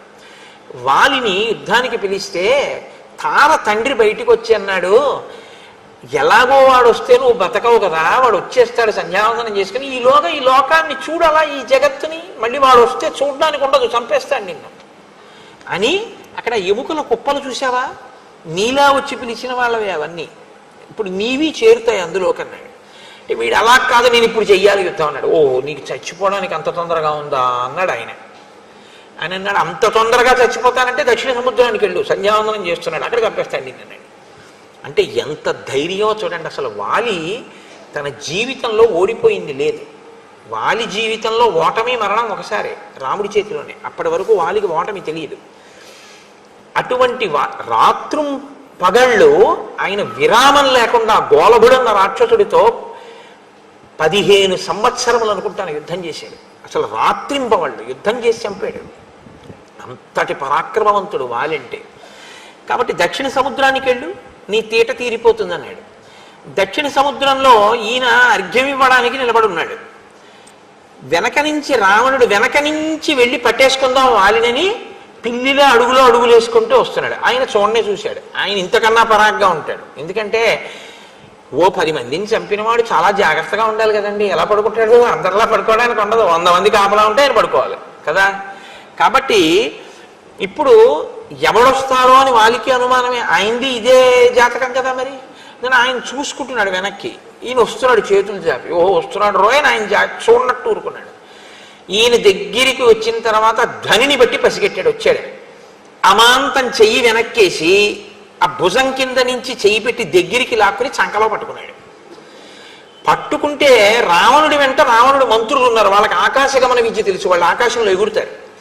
ఈ వాలి ఏం చేశాడంటే ఇక్కడ అర్ఘ్యం ఇచ్చేసి, అంటే ఏదో సంకలో గబుక్కుని ఏ పంచాంగమో అప్పుడే తిరిగి చూసుకున్నవాడు దాంతో ఇలా గబుక్కుని కింద పెట్టడమో గూట్లో పెట్టడమో మర్చిపోయి అర్ఘ్యం ఇచ్చేసినట్టు చంకలో పెట్టుకుని, లేకపోతే కృష్ణ పరమాత్మ గొల్లలతో చల్దులు కుడిచినప్పుడు జారీరా నీకడా చంక నీరికి అంటారు పోతన గారు. ఆ వేణువు చంకలో పెట్టుకుని ఇలా అన్నం తిన్నట్టు ఆ రావణాసురుడిని ఇలాగే పెట్టుకుని ఎగిరిపోయాడు ఆయన ఆకాశంలోకి. వాలి ఎగిరిపోతే రావణుని మంత్రులు కూడా ఎగిరారు. వాళ్ళు తక్కువ వాళ్ళు ఏంటి, కానీ ఆయన వేగాన్ని వీళ్ళు అనుసరించలేకపోయారు. కనపడలేదు, వెళ్ళిపోయాడు. అమ్మ బాబో ఇంత వేగం అని వాళ్ళు వెనక్కి వెళ్ళిపోయి అక్కడే నించున్నారు. వీడు వస్తే చూద్దాం మళ్ళీనని తీసుకుపోయాడు. తీసుకుపోయి దక్షిణం నుంచి ఎగిరినవాడు ఉత్తరంలో దిగుతాడు. మళ్ళీ అక్కడ అర్ఘ్యం ఇచ్చాడు. ఈయన గింజుకుంటున్నాడు. ఈయన ఆభరణాలన్నీ జారిపోయాయి, పంచె జారిపోయింది, వడ్డాణం జారిపోయింది. ఈయన్ని తీసుకుని 4 సముద్రాల్లోనూ అర్ఘ్యం ఇచ్చేసి అలాగే సంకలో పెట్టుకుని అంతఃపురానికి వెళ్ళి అక్కడ కింద పారేశాడు. పారేసి ఎందుకురా 10 తలల పురుగా ఎందుకు వచ్చావు అని అడిగాడు. అడిగితే అప్పుడు ఆయన లేచి నిలబడన్నాడు. అయ్య బాబోయ్ ఇంత వేగమే అన్నాడు. వాలి జీవితంలోనండి శ్రీరామాయణంలో వేగము గురించి వాలి విషయంలో చెప్పినట్టు ఇంకెక్కడా కనపడదు. మళ్ళీ ఎదర వస్తాడు మహానుభావుడు. ఒకడి వేగం ఎందుకు పనికొస్తే ఇంకొక ఆయన వేగం లోకాన్ని ఉద్ధరించడానికి పనికొచ్చింది. మా స్వామి హనుమ వస్తారు. మా స్వామి మీ మనస్వామి హనుమ వస్తారు. ఆయన వస్తే మళ్ళీ ఆయన వేగం గురించి మహర్షి చెప్తూనే ఉంటారంతే. మనోజవం మరుతతుల్య వేగం జితేంద్రియం బుద్ధిమతాం వరిష్టం వాతాత్మజం వనరయూథ ముఖ్యం శ్రీరామదూతం శిరసా నమామి. వచ్చేస్తోందిగా సుందరకాండ. కాబట్టి ఇప్పుడు ఆయన ఈయన్ని చూసి ఆశ్చర్యపోయాడు. ఇంత వేగమే, ఇంత బలమే అని ఆశ్చర్యపోయి, నేను నీలాంటి వాడినే, కాబట్టి మన ఇద్దరం ఒక అంగీకారం చేసుకుందాం. ఏమిటో తెలుసా అంటే వాళ్ళిద్దరికీ జరిగినటువంటి అంగీకారం, లోకంలో ఇది విని లోకాలు సిగ్గుపడి తల వంచుకోవాలి. అంత గొప్ప సంధి చేసుకున్నారు వాళ్ళిద్దరు. దారాహ పుత్రాహ పురం రాష్ట్రం భోగచ్ఛాదన భోజనం సర్వమేవా విభక్తం నౌ భవిష్యతి హరీశ్వర. ఇది వాళ్ళిద్దరి సంధి ఉత్తరకాండలో. నేను కిష్కింధకాండలో చెప్పట్లేదు ఇక ఈ విషయం. భార్య, నీకు నాకు ఒకరే భార్య. నాకు నచ్చితే ఆవిడ యందు నేను ఎక్కువ సంతృప్తిని పొందితే నువ్వు కూడా అనుభవిద్దు. కానీ ఇంతకన్నా నేను ఇంకా విషయం గురించి మాట్లాడను. పుత్రాహ, బిడ్డలు కూడా నీకు నాకు బిడ్డలై ఉండవచ్చు. అంటే ఎంత గొప్ప మనస్తత్వాలు ఉన్న వాళ్ళో చూడండి. పురం, పురములు అంటే భూములు ఎక్కడ మన ఇద్దరం కబ్జా చేసినా మన ఇద్దరివి. రాష్ట్రం, భోగ, ఏ భోగం మనం ఇద్దరం అనుభవించినా సరే, నేను అనుభవించినవి నువ్వు అనుభవించవచ్చు, నువ్వు అనుభవించినవి నేను అనుభవిస్తాను. మన ఇద్దరి మధ్య ఎంగిలి ప్రసక్తి లేదు.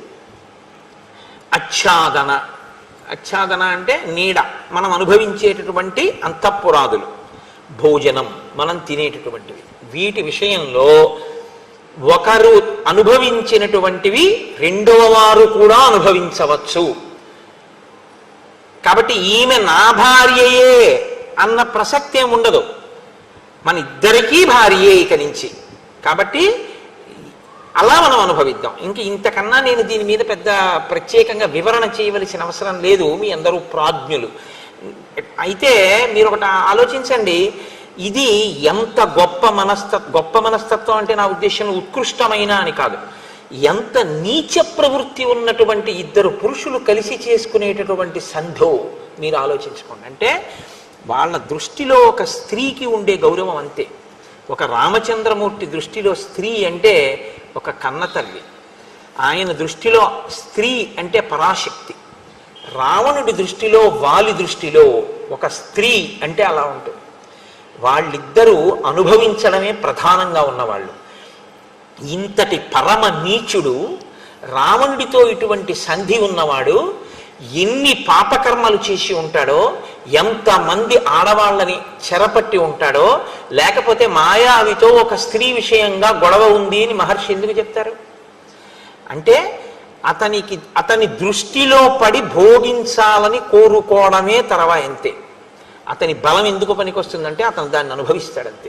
అది ఏదైనా కావచ్చు, అది స్త్రీ కావచ్చు, భూమి కావచ్చు, అంతఃపురం కావచ్చు, ఇతరుల సొత్తు కావచ్చు, ఏదైనా కావచ్చు, తాను అనుభవిస్తాడు. అంతటి నీచాతి నీచమైన మనప్రవృత్తి విశేషమైనటువంటి బలము. ఇవాళ బాణపు దెబ్బ తగిలి పడిపోయింది కాబట్టి ఊరుకున్నాడు, కానీ లేకపోతే నా నోటితో అనడం కూడా నాకు ఇష్టం లేదు. సీతమ్మని రావణుడు తీసుకొచ్చాడని తెలిస్తే దానికోసం మళ్ళీ వాలి కూడా వెడతాడు. అందుకే కృష్ణావతారంలో కురుక్షేత్రం వరకు రాకముందే పూతనాది రాక్షసుల్ని ముందే త్రుంచేసి కురుక్షేత్రంలో యుద్ధాన్ని తగ్గించుకున్నట్టు, అసలు వాలి రావణులు కలవకుండానే ముందు వాలి వధని చేయించేశారు దేవతలు. లేకపోతే ఈ వాలి రావణుడి పక్కన చేరితే రామరావణ యుద్ధం కాదది, వాలి రావణులతో కూడినటువంటి రాముడు యుద్ధం చేయడం అంటే పక్కన వానరుల అండ ఉండదు. ఎందుకంటే వానరులందరూ వాలికి వశవర్తులై ఉంటారు. ఎంత క్లేశభూయిష్టం అవుతుందో. అందుకని అసలు ఈ పని జరగక ముందే వాలి పడిపోవాలి. ఇంత అధర్మాత్ముడు, ఇంతటి పాపపు నడువడి కలిగినటువంటి వాడు కిష్కింధకాండలో లేదు కదా, మనకి తెలియదు అనుకుంటున్నాడు. మనం ఉత్తరాఖండ చదివి తెలుసుకోలేదు, మనకి తెలియదా అపాటి. కాబట్టి ఇంతటి దిక్కుమాలిన జీవితం ఉన్నవాడు స్వామి రామచంద్రమూర్తిని అడగడమా? ధర్మం కోసం, సత్యం కోసం రాజ్యాన్ని విడిచిపెట్టినటువంటి వాడు మాటకి కట్టుబడడం కోసం అని చెప్పి ఏదైనా విడిచిపెట్టేటటువంటి స్వభావం ఉన్నవాడు అంతటి పరమధర్మాత్ముడైన రామచంద్రమూర్తిని మాట్లాడడమే ఆయనతో, అసలు ఆయనతో మాట్లాడడానికి వాడికి అర్హత లేదు. వాడు అదృష్టం ఏమిటో, చచ్చిపోయే ముందు ఎదురుగుండా రాముడు కనపడితే వాలి పొందిన ఏకైక అదృష్టం, రావణుడు పొందని అదృష్టం ఒక్కటే. వాలి బహుశః ఎక్కడో కనీసం భార్య చెప్పిన మాటని గుర్తు తెచ్చుకునే స్వభావం ఒకటి ఉండిపోయింది. ఆ కారణం చేత ఉత్తప్పుడు ఎలా బ్రతికినా చచ్చిపోయే ముందు తప్పొప్పుకుని రాముడి వంక చూసి నమస్కారం చేసి చచ్చిపోయాడు. రావణుడు ఇదే అవకాశాన్ని పొందాడు. మీరు వింటారుగా యుద్ధకాండలో గుర్రాలు పడిపోయాయి, సారథి పడిపోయాడు, రథం పడిపోయింది, ఒక్కడే కింద నిలబడిపోయాడు, ధనస్సు విరిగిపోయింది. రాముడు అన్నాడు, పో ఇంటికి, సంపని ఇలా ఉంటే నీ చేతిలో ధనస్సు లేదు, నీకు సారథి లేడు, రథం లేదు, ఇంటికి వెళ్ళి విశ్రాంతి తీసుకుని రా అన్నాడు. 10 అడుగులు ముందుకేసి రాముడి పాదాల మీద పడి ఉంటే రామాయణం ఇంకోలా ఉండేది. 1000 అడుగులు వెనక్కేసి అంతఃపురానికి వెళ్ళాడు, కానీ 10 అడుగులు రాముడి వైపుకి వెయ్యలేకపోయాడు. రావణుడే అని మీరు అనుకోకండి. బాణం పడిపోయిన తరువాత ఏడ్చే కన్నా బాణం పడకముందే పశ్చాత్తాపంతో రామపాదాలు పట్టుకోవడం ఎవరి జీవితానికైనా శ్రేయస్కరం. ఇది కిష్కింధకాండ యొక్క సందేశం. కాబట్టి ఇంతటి దురాత్ముడు, ఇంతటి పాపపు నడువడి కలిగినటువంటి వాడు అడిగినా రాముని యొక్క ఔదార్యం అటువంటి. ఆయన సమాధానం చెప్తున్నారు. ఆయన అన్నారు, ధర్మమర్థంచ కామంచ సమయంచాపి లౌకికం అవిజ్ఞాయ కథం బాల్యాత్ మామిహాద్య విగర్హసి. అసలు నీకు పురుషార్థములు అని 4 ఉన్నాయని, ధర్మము, అర్థము, కామము, మోక్షము అని 4 ఉంటాయని, అందులో మిగిలినటువంటి మోక్షమును పొందడానికి సాధనములైనటువంటి ధర్మ, అర్థ, కామములనేటటువంటి వాటిల్లో అర్ధకామములను ధర్మంతోటే సమన్వయం చెయ్యాలని నీకు అసలు తెలియదు. నీకు అసలు ఎప్పుడూ చతుర్విధ పురుషార్థములన్న వాటి గురించి నువ్వు మాట కూడా ప్రయత్నపూర్వకంగా సావధాన దృష్టితో తెలుసుకునే ప్రయత్నంతో విన్నవాడివి కావు, ఆలోచించిన వాడివి కావు, అనుష్ఠాన బలం ఉన్నవాడివి కావు.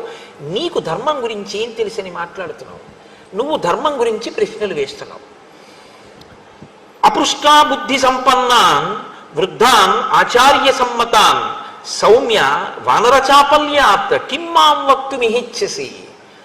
అసలు ఆ ధర్మం అంటే ఏమిటో తెలుసుకోవాలి అంటే, ఆ ధర్మాన్ని ఎలా పట్టుకోవాలో తెలియాలంటే, ధార్మికంగా బతకడం అంటే ఏమిటో తెలుసుకోవాలంటే మహాత్ముల్ని ఒంట్లో ఓపికండగా ఆశ్రయించాలి. ఆశ్రయించి వారి దగ్గర విని జీవితంలో అనుష్ఠానంలోకి తెచ్చుకోవాలి. విని వదలకూడదు, ఆచరించాలి. నువ్వెవరిని ఆశ్రయించావు? చపల చిత్తులైనటువంటి నీ వంటి అమాత్యులైన వానరులతో తిరిగావు, వాళ్ళతో మాట్లాడతావు. నువ్వు ఎప్పుడైనా బుద్ధిమంతులు, ఆచార సంపన్నులు, పెద్దలు, ధార్మికులు, శాస్త్ర పరిజ్ఞానం ఉన్న వారిని ఎవరినైనా సేవించి వారి దగ్గర 4 మంచి మాటలు వినే ప్రయత్నం ఎప్పుడైనా చేశావా? నువ్వెన్నడూ చేయలేదు. నీకు తెలుసున్నది శాస్త్రం అని నువ్వు అనుకుంటూ ఉంటావు. ఇంతపాటి అల్పబుద్ధి ఉన్నవాడివి నువ్వు నన్ను ఎలాగా ఇన్ని ప్రశ్నలు వేసి నీ ఇష్టం వచ్చినట్లు మాట్లాడుతూ నన్ను నింద చేసి నువ్వు మాట్లాడగలుగుతున్నావు? ఇక్ష్వాకూణాం జియం భూమి సశైల వనకానన మృగపక్షి మనుష్యాణం నిగ్రహానుగ్రహీష్వపి. నీతో నేను ఒక సత్యం చెప్తున్నాను. ఈ కొండలతో, పర్వతములతో, నదులతో, నదములతో, అరణ్యములతో భాసిల్లుతున్నటువంటి ఈ భూమండలమంతా కూడా ఇక్ష్వాకుకుల సంజాతులైనటువంటి వారి చేత పరిపాలింపబడుతోంది. పరమ ధర్మాత్ముడైనటువంటి భరతుడు రాజరికం చేస్తున్నాడు. ఇప్పుడు భరతుడు ధర్మాత్ముడు. ఆయన ధర్మాన్ని పట్టుకొని ధర్మాన్ని అనుష్ఠిస్తున్నాడు. ఆయన తన రాజ్యంలో ఉన్న వాళ్ళు కూడా ధార్మికులై ఉండాలి అని ఆలోచిస్తుంటాడు. తస్య ధర్మకృతాదేశ వయమన్యే చ పార్థివాః చరామో వసుధాం కృత్స్నాం ధర్మ సంతానమిచ్చవా.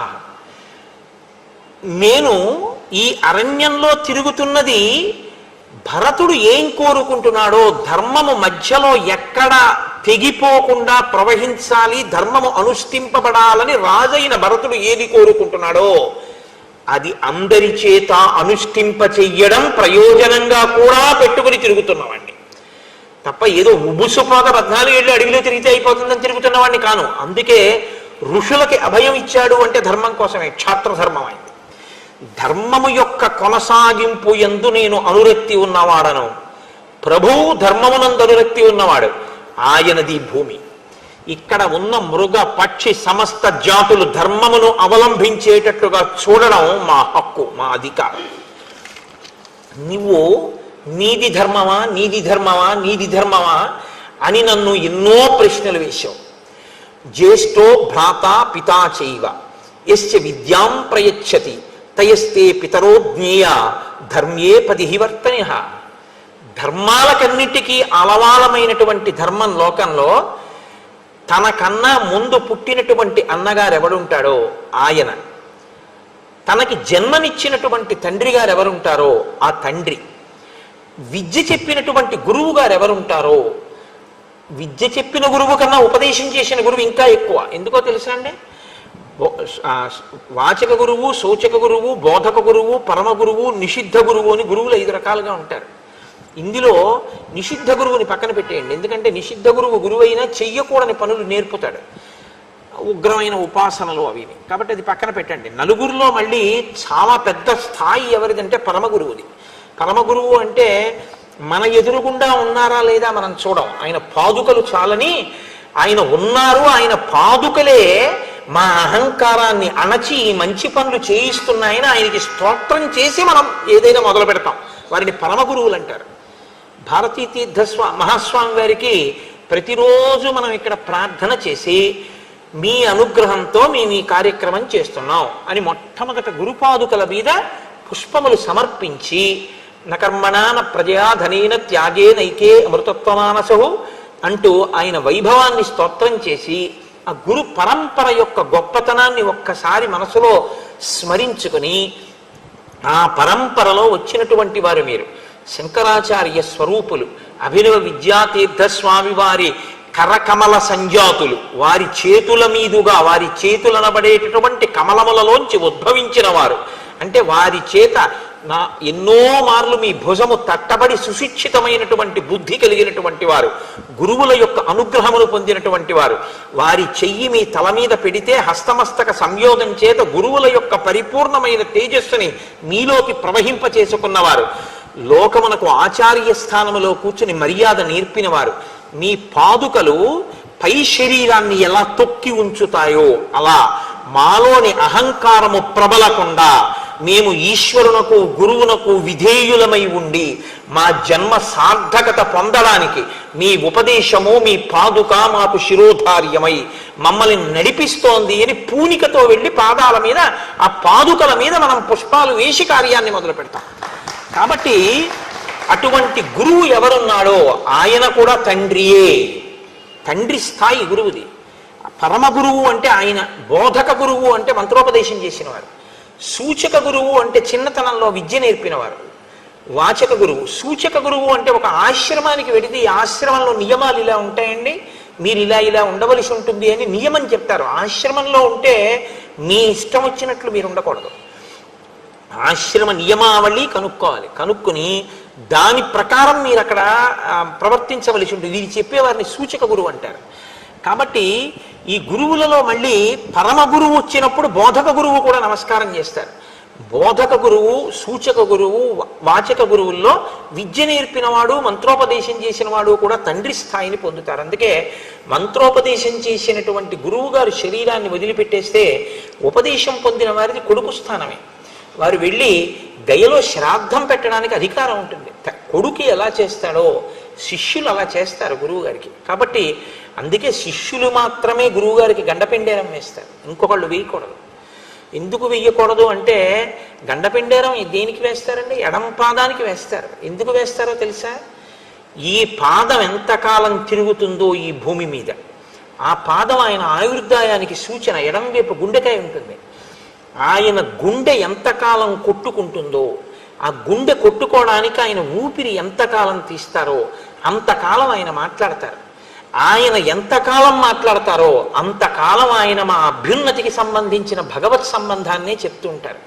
ఆ గుండె ఆగిపోతే, ఆ ఊపిరి ఆగిపోతే ఆయనకు వచ్చిన అభ్యంతరం లేదు, ఆయన ఈశ్వరుల్లో కలిసిపోతాడు. కానీ మాకు దిక్కు ఉండదు, మాకు మంచి మాట చెప్పేవాడు ఉండడు. కాబట్టి గురువుగారికి గండకాలం ప్రవేశిస్తోందేమో అని అనుమానం వస్తే సాధారణంగా షష్ఠిపూర్తిలో వేస్తారు. అదే కారణం. గురువుగారు ఇంకా బతికుండాలి అని శిష్యులు కోరుకుంటే, ఎందుకంటే గురువు శరీరం విడిచిపెట్టడానికి సిద్ధంగానే ఉంటాడు. ఎందుకంటే ఆయనకేం ఖేదం ఉండదు, శరీరం నేను కాదని తెలుసుకుని ఉంటాడు గురువు. గురువుగారు ఉండాలని శిష్యులు కోరుకోవాలి. కాబట్టి గురువుగారి పాదానికి గండపిండేరం వేస్తారు. ఇస్తే ఆయన 10 కాలాలు బ్రతికుండి ఆ పాదాలు మాకు కనపడాలి, మేము నమస్కారం చేసుకుని ఆ పాదములు మా అహంకారాన్ని తొక్కి మంచి మాటలు చెప్పి మమ్మల్ని నడిపించాలని కోరుకుంటారు. కాబట్టి గురువు తండ్రితో సమానం. అసలు నిజంగా మీరు ఎప్పుడైనా గురు వైభవము అని వింటే సరే, అది వేరు విషయం అనుకోండి. కాబట్టి జ్యేష్ఠో భ్రాత పితా చైవ యశ్చ విద్యాం ప్రయచ్చతి త్రయస్తే పితరో జ్ఞేయ ధర్మ్యే పదిహి వర్తినః. ధర్మం తెలుసున్నవాడైతే వీళ్ళందరిది ఒక్క స్థాయి. తండ్రి గారు, తండ్రి గారి తర్వాత పెద్దన్నగారు. తండ్రి గారు ఉన్నా కూడా పెద్దన్నగారు అంత గౌరవం పొందుతాడు. తండ్రి గారు శరీరం వదిలేస్తే పెద్దన్నగారిదే. అందుకే మీరు చూడండి, ఇప్పటికీ మనం సనాతన ధర్మంలో తల్లి తండ్రి ఉన్నా కూడా అన్నగారు కానీ బ్రతికి ఉంటే అన్నగారి పేరు మీదే శుభలేఖ వేస్తాం. తండ్రి గారు నిధనం అయిపోయారు అనుకోండి, అన్నగారు ఉన్న తన పేరు మీద శుభలేఖ వేసుకోరు తమ్ముళ్ళు. ఆయన పేరు మీద శుభలేఖ వేసి ఆయన ఆహ్వానిస్తారు ఇంటి పెద్దరికం. ఆయన నా తమ్ముని కుమారుడైనా లేకపోతే నా తమ్ముని కుమార్తె, అసలు అలా కూడా అక్కర్లేదు, నా కుమార్తె అనడానికి ఆయనకి అధికారం ఉంటుంది, నా కుమారుడు అనడానికి అధికారం ఉంటుంది. కాకపోతే అదేమిటి, గురువు గారికి 2 కూతుళ్ళు ఉన్నారా 3 కూతుళ్ళు ఉన్నారా అనుకోకుండా నా సోదరుడు ఫలానా వాడి కుమార్తె అని బ్రాకెట్లో వేస్తాడు తప్ప నా కుమార్తె అంటాడు అన్నగారు. అన్నగారు అంటే ఏంటండి, మా అమ్మాయి అండు తమ్ముడు కూతుర్ని. కాబట్టి పెద్దన్నగారు ముందు పుట్టినవాడు. పెద్దన్నగారు అంటే పైవాడే అని కాదు నా ఉద్దేశం, ప్రత్యేకించి పెద్దవాడు. పెద్దవాడు, తండ్రి, విద్య నేర్పినటువంటి గురువు. ఈ ముగ్గురు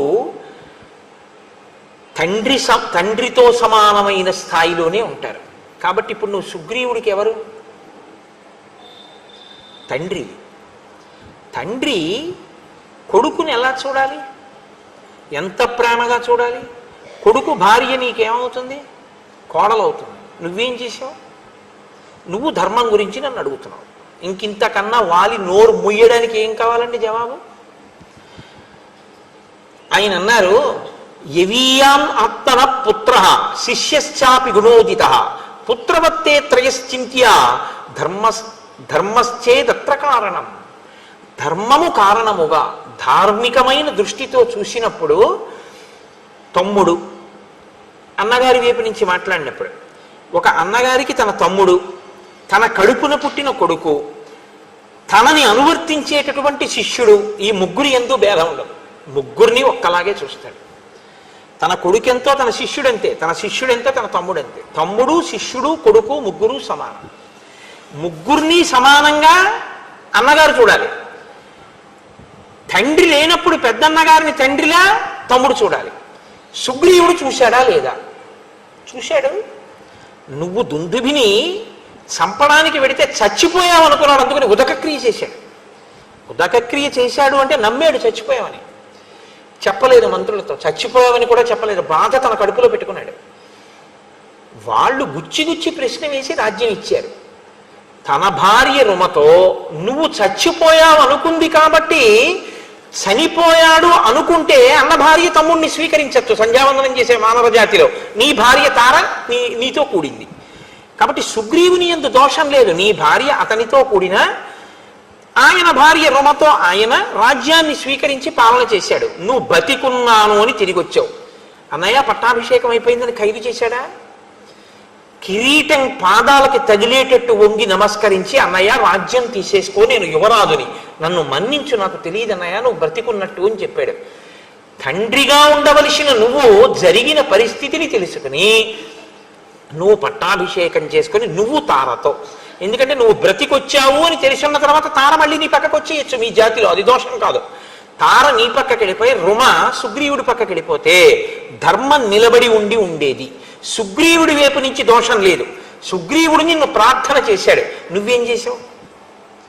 తదేతత్కారణం పశ్య యదర్థంతం మయా హతః భ్రాతుర్వర్తసి భార్యాయాం త్యక్త్వా ధర్మం సనాతనం అస్యత్వం ధరమాణస్య సుగ్రీవస్య మహాత్మనః రుమాయాం వర్తసే కామాత్ స్నుషాయాం పాపకర్మకృత్. నీవు సుగ్రీవుణ్ణి రాజ్యంలోంచి వెళ్ళగొట్టడం మొదటి తప్పు. అతను రాజ్యం ఇచ్చేస్తాను, యవ్వరాజ్యం ఇమ్మన్నాడు. నువ్వు యవ్వరాజ్యం ఇవ్వకపోగా కన్న కొడుకుని పంపినట్టు కన్న కొడుకుని ఇంట్లోంచి తప్పు లేకపోయినా పంపించడం ఎంత తప్పు. అలా పంపించావు. పంపించి ఊరుకున్నావా? చంపేస్తానని వెంట పడితే భూమండలం అంతా తిరిగాడు. ఋష్యమూక పర్వతం మీద బతుకుతున్నాడు. బతికున్నాడు తమ్ముడిని తెలిసి, తమ్ముడు మరణిస్తే ఆమె కోరుకుంటే రుమని నువ్వు స్వీకరించవచ్చు. తమ్ముడు బతికున్నాడు, నాకు భయపడి ఋష్యమూక పర్వతం మీద ఉన్నాడని తెలిసి బలవంతంగా రుమని కామంతో నువ్వు అనుభవిస్తున్నావు ప్రతిరోజు. స్నుష అంటే ఇప్పుడు ఆమె నీకు కోడలు. తన కోడలిని ఆ దృష్టితో కూడా చూడకూడదు మామగారు. ఎందుకంటే తన కూతురు ఎంతో కోడలు అంతకన్నా ఎక్కువ స్థానం తెలుసా అండి శాస్త్రంలో. అందుకే రాముడైతే శాస్త్రం అలా ఉంటుంది. నీకు మామగారు చచ్చిపోయాడు అన్నాడు తప్ప నాకు తండ్రి గారు చచ్చిపోయాడు అని అనలేదు. పితామృతస్తే శ్వశుర పితాహీనోసి లక్ష్మణ అన్నాడు ఆయన అయోధ్యకాండలో. మీకు నేను వివరించాను కూడా. మామగారి లాంటి వ్యక్తి ఆడదాని జీవితంలో ఇంకా ఎవ్వరూ ఉండరు. ధర్మం తెలుసున్నవాడైతే ఆడపిల్ల తండ్రి ఎప్పుడూ ఒక మాట చెప్పాలి. అందరూ తనకి నమస్కరించిన పెళ్ళైపోయాక తన కూతురు మాత్రం మామగారు ఎదురుగుండా ఉండగా తనకి నమస్కారం చేయకూడదు. ముందు మామగారికే ముందు నమస్కారం నేర్పుకోవాలి. అమ్మా నీ మొదటి నమస్కారం నీ మామగారికే. మామగారి లాంటి బంధువు ఉండడు ఉండడు ఉండడు అని చెప్తోంది శాస్త్రం. అంత ప్రేమగా ఉంటాడు మామగారు. ఇది చెప్పేటప్పుడు నాకు చాలా సంతోషంగా ఉంటుంది. నా కోడలు ఎప్పుడు వస్తుందా అనిపిస్తుంటుంది. కాబట్టి అలాగని నువ్వు ఇప్పుడేం దాని గురించి ప్రత్యేక ప్రయత్నం అక్కర్లేదు. ఆ రోజు వచ్చినప్పుడు నేను చూస్తాను. కాబట్టి యవీయాం ఆత్మన పుత్ర, నీవు స్నుష కోడలి వంటి నీ మరదలితో నువ్వు సంగమించావు, బలవంతంగా అనుభవించావు. తమ్ముడు బ్రతికున్నాడని తెలిసి. ఇప్పుడు చెప్పు ఎవరిది ధర్మం? నువ్వు ధర్మాత్ముడివా? నీకు పాపం లేదా? ఇప్పుడు ఇక్ష్వాకు వంశీకులదైన ఈ రాజ్యంలో ధర్మం తప్పి ఇలా తిరుగుతున్న వాడిని దండించే అధికారం నాకుందా లేదా? రాజు దండన విధించాలి. ధర్మం తప్పిపోయినవాడు పరిపాలన చేస్తే ఇదే రేపు అందరూ ధర్మంగా స్వీకరిస్తారు. కాబట్టి నువ్వు దండార్హుడవు. తత్ వ్యతీతస్య తే ధర్మాత్ కామవృత్తస్య వానరా భ్రాతృభార్యాభిమర్శ్యేస్మిన్ దండోయం ప్రతిపాదితః. తమ్ముడి భార్యని అనుభవించినటువంటి నిన్ను వధించడం మినహా ఇంకొక శిక్ష శాస్త్రంలో లేదు. ఓన్లే ఏదో చేసి విడిచిపెడదాం, ఓ అంగవైకల్యం చేద్దాం, ఓ కాలు తీసేద్దాం, ఓ చేయి తీసేద్దాం అంటే కుదరదు. శాస్త్రంలో ఇటువంటి తప్పు చేసిన వాడు ఇక శరీరంతో ఉండకూడదు. కాబట్టి అతన్ని మృత్యు మార్గమునకు పంపించవలసి ఉంటుంది, మృత్యువునకు ఎరగా పంపించవలసి ఉంటుంది. కాబట్టి నేను నిన్ను చంపేశాను బాణం వేసి. సుగ్రీవేణ చ మే సఖ్యం లక్ష్మణేన యథా తథా. సుగ్రీవుడితో స్నేహం చేశావు, సుగ్రీవుడితో స్నేహం చేశావు అంటున్నావు. సుగ్రీవుడితో నా స్నేహం లక్ష్మణుడితో స్నేహం ఎటువంటిదో అటువంటిది. లక్ష్మణుడు ధర్మాత్ముడు, అందుకని నా వెంట ఉంటాడు. సుగ్రీవుడు ధర్మాత్ముడు, నా వెంట ఉండడానికి అంగీకరించాను. ఇప్పుడు సుగ్రీవుడు నా తమ్ముడి స్థానం పొందాడు. నీ తమ్ముడైనా నువ్వు సుగ్రీవుణ్ణి తమ్ముడి స్థానంలో ఉంచుకుని నేను ఇచ్చిన మర్యాదను ఇవ్వలేకపోయావు. కాబట్టి అన్నగా చచ్చిపోయావు అంతే. ఈ మాట విని ఎంత ఏడవాలండి వాలి? ఆయన మాట్లాడితే రామచంద్రమూర్తి మాట్లాడడం అంటే అంత స్పష్టంగా ఉంటుంది. కాబట్టి దార రాజ్య నిమిత్తంచ నిశ్రేయస కరస్సమే, నేను ప్రతిజ్ఞ చేశాను, ఆయన రాజ్యాన్ని ఆయన భార్యని ఆయనకి ఇప్పిస్తాను అని నేను ప్రతిజ్ఞ చేశాను. కాబట్టి ఇప్పుడు నువ్వు మరణిస్తే సుగ్రీవుడి భార్య సుగ్రీవుడికి దక్కుతుంది, ధార్మికం అవుతుంది. నీవు మరణించిన తరువాత రాజ్యము కూడా సుగ్రీవుడికి వెళ్ళిపోతుంది. నీవు బ్రతికుండగా సుగ్రీవుడి నీ పాదముల మీద పడి ప్రార్థన చేసినప్పుడు నువ్వు సరిగా ప్రవర్తించి ఉంటే నేను జోక్యం చేసుకోవలసిన అవసరం ఉండేది కాదు. నేను నిన్ను చంపడం నువ్వు తెచ్చుకున్నటువంటి పరిస్థితి తప్ప నేను నిన్ను వెతికి చంపవలసిన అవసరం నాకు లేదు. ధర్మాన్ని నిలబెట్టడానికి నిన్ను చంపడం వినా మార్గం లేని స్థితిని నువ్వు కల్పించుకున్నావు. వాలి పరిస్థితిని ఎవరూ కల్పించుకోకూడదు. కాబట్టి రాముడు ఎప్పుడు ఇచ్చే అవకాశం ఏమిటో తెలుసా అండి? తెలిసో తెలియకో చేసేసిన తప్పులకి రాముడు ఏమండరు. రామా, ఎన్ని తప్పులు చేశానో తండ్రి, నా తప్పైపోయింది, నన్ను మన్నించని త్రికరణ శుద్ధిగా రామపాదముల మీద పడిపోతే ఆ పాపములన్నిటినీ మన్నించేస్తాడు రామచంద్రమూర్తి. ఆయన దయాగుణం కలిగినటువంటి వాడు రాముడు. కాబట్టి నీవు అలా ప్రవర్తించలేదు, అందుకని నిన్ను చంపవలసినటువంటి పరిస్థితి వచ్చింది. ప్రతిజ్ఞాచమయా దత్త తదా వానర సన్నిధౌ ప్రతిజ్ఞాచ కథం శక్య మద్విదేనావ వివేక్షితం. నేనొకసారి ఆ వానరుల ముందు ప్రతిజ్ఞ చేశాను. సుగ్రీవుడితో స్నేహం చేసుకున్నప్పుడు వాలిని వధిస్తాను అన్నాను. రామో దీర్ణాభిభాషతే, నాకు రెండు మాటలు తెలియవు. కాబట్టి ప్రతిజ్ఞాచమయా దత్త తదా వానర సన్నిధౌ, నేను వానరుల సన్నిధిలో ఏ ప్రతిజ్ఞ చేశానో అది నెరవేర్చుకోవాలి. కాబట్టి నిన్ను చంపడం వినా నాకు మార్గం లేదు. అందుకని నీ మీద బాణం వేశాను, వేసి నిన్ను చంపాను. ఇప్పుడు నీ పరిస్థితి ఏమిటి అని అడుగుతావేమో. రాజభిర్ధృత దండాస్తు కృత్వా పాపాని మానవాః నిర్మలాః స్వర్గమాయాంతి సంతః సుకృతినో యథా. సత్పురుషుడైనటువంటి వాడు జీవితంలో ఏ పాపం చెయ్యనటువంటి వాడు స్వర్గాన్ని ఎలా పొందుతాడో, నువ్వు చేసిన మహాపాపానికి నా చేత దండన పొందేశావు కాబట్టి, రాజదండన పొందేశావు కాబట్టి నీ పాపం అక్కడతో పోయింది. ఇంకా పోయింది కాబట్టి ఇప్పుడు నువ్వు స్వర్గానికి వెళ్ళిపోతావు. ఇప్పుడు నేను నీకు ఉపకారం చేశానా అపకారం చేశానా? అయితే ఎన్ని కోట్ల జన్మలు నువ్వు ఈ పాప ఫలితాన్ని అనుభవించి ఉండేవాడివో. నేను తీసేశాను నా పాపాన్ని రాజదండంతో.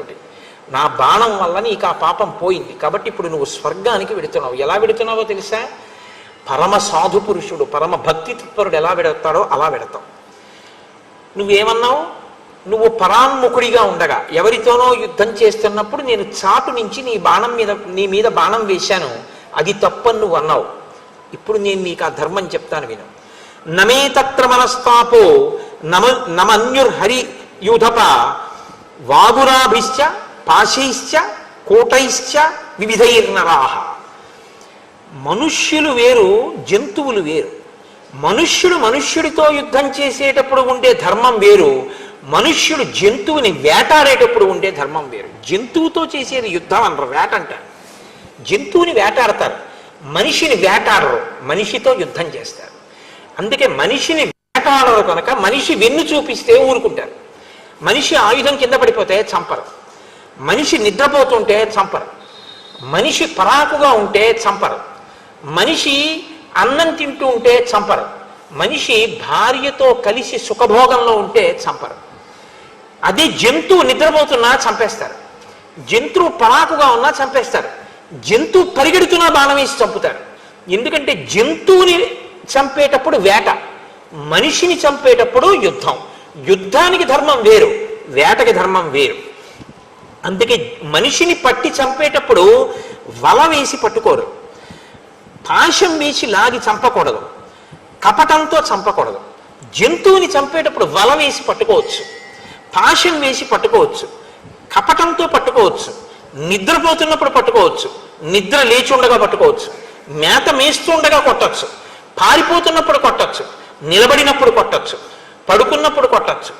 ఏం చేస్తున్నా సరే వేటాడాలనుకున్నటువంటి రాజు జంతువుని కొట్టేటప్పుడు ఇలాగే కొట్టాలన్న నియమం ఏమీ లేదు. కాబట్టి చాటున మాటు వేసి బాణాన్ని వేస్తారు. దశరథ మహారాజు గారు వేయలా శబ్దభేరి విద్యతో తెల్లవారగట్ట నీరు తాగుతుంటే ఏనుగు వచ్చిందనుకుని బాణం వేయలేదు, మరి చాటు నుంచి వేయలేదా? వేటాడేవాడు ఎప్పుడు సింహానికి ఎదురుగుండా వెళ్ళి వేటాడడానికి ఏం కూర్చోడు, ఏ పొదమాటనో కూర్చుని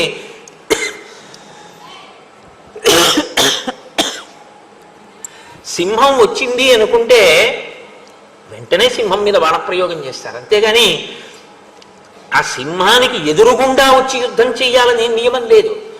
వేట అన్న పదానికి అర్థం ఏమిటంటే జంతువుని మనిషి కొట్టేటప్పుడు వేట, మనిషి మనిషిని కొట్టేటప్పుడు యుద్ధ ధర్మం. నువ్వెవరు?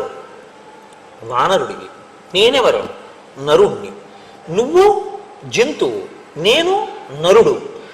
జంతువుని కొట్టేటప్పుడు మనుష్య ధర్మం పాటించమని నువ్వెవరు నాకు చెప్పడానికి ధర్మం? జంతువుని కొట్టేటప్పుడు వేట ధర్మం, నా ఇష్టం, ఎదురుగుండా నిలబడి కొడతా, పక్క నుంచి కొడతా, వెనక నుంచి కొడతా, పారిపోతుంటే కొడతా, వలేసి కొడతా, పాశం వేసి కొడతా, నిద్రపోతున్నా కొట్టేస్తా.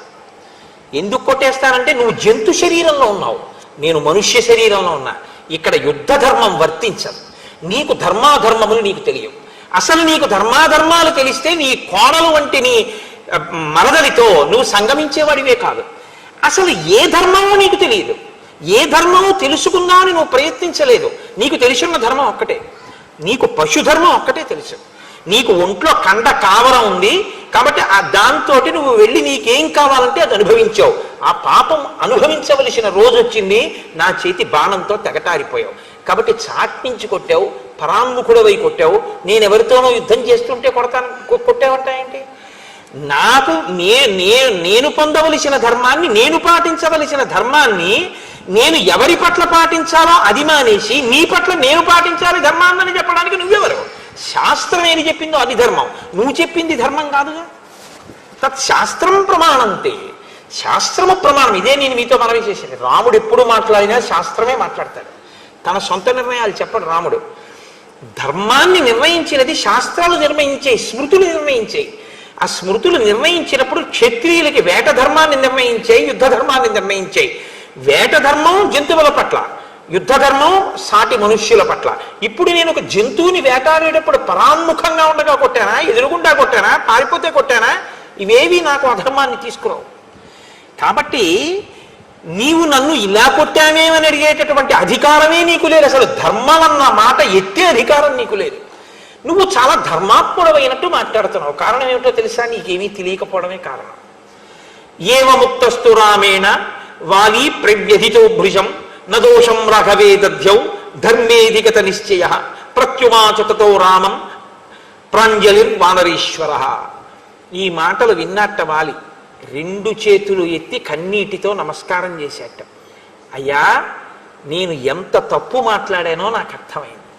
రామా, మీరు ధర్మమూర్తి, రాశీభూతమైనటువంటి ధర్మం. ఇది తెలియక నేను ధర్మాత్ముడనుకుని మీరు తప్పు చేశారనుకుని నా నోటికొచ్చినట్టు వదరాను.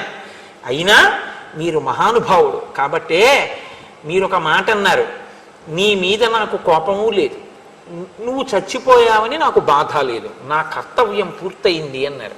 నేను ఇన్ని మాటలన్నా మీరు నా మీద ఎందుకు ఖేదపడలేదంటే అజ్ఞాని, ఏమీ తెలియనివాడు. వాడికి ఏ ధర్మం తెలిసని వాడు సరిగ్గా మాట్లాడతాడు, వాడికి ఏం తెలియదు. ఏమీ తెలియనివాడు మాట్లాడితే దానికి నేను చింతిస్తే నా స్థాయి తగ్గుతుంది. కాబట్టి వాడికి ఏమీ తెలియనివాడు మాట్లాడితే దానికి బాధ ఏమిటి, అందుకని మీరు బాధపడలేదని కూడా చెప్పారు. మీరు ఎంతటి ధర్మాత్మలో నాకు ఇప్పుడు అర్థమైంది.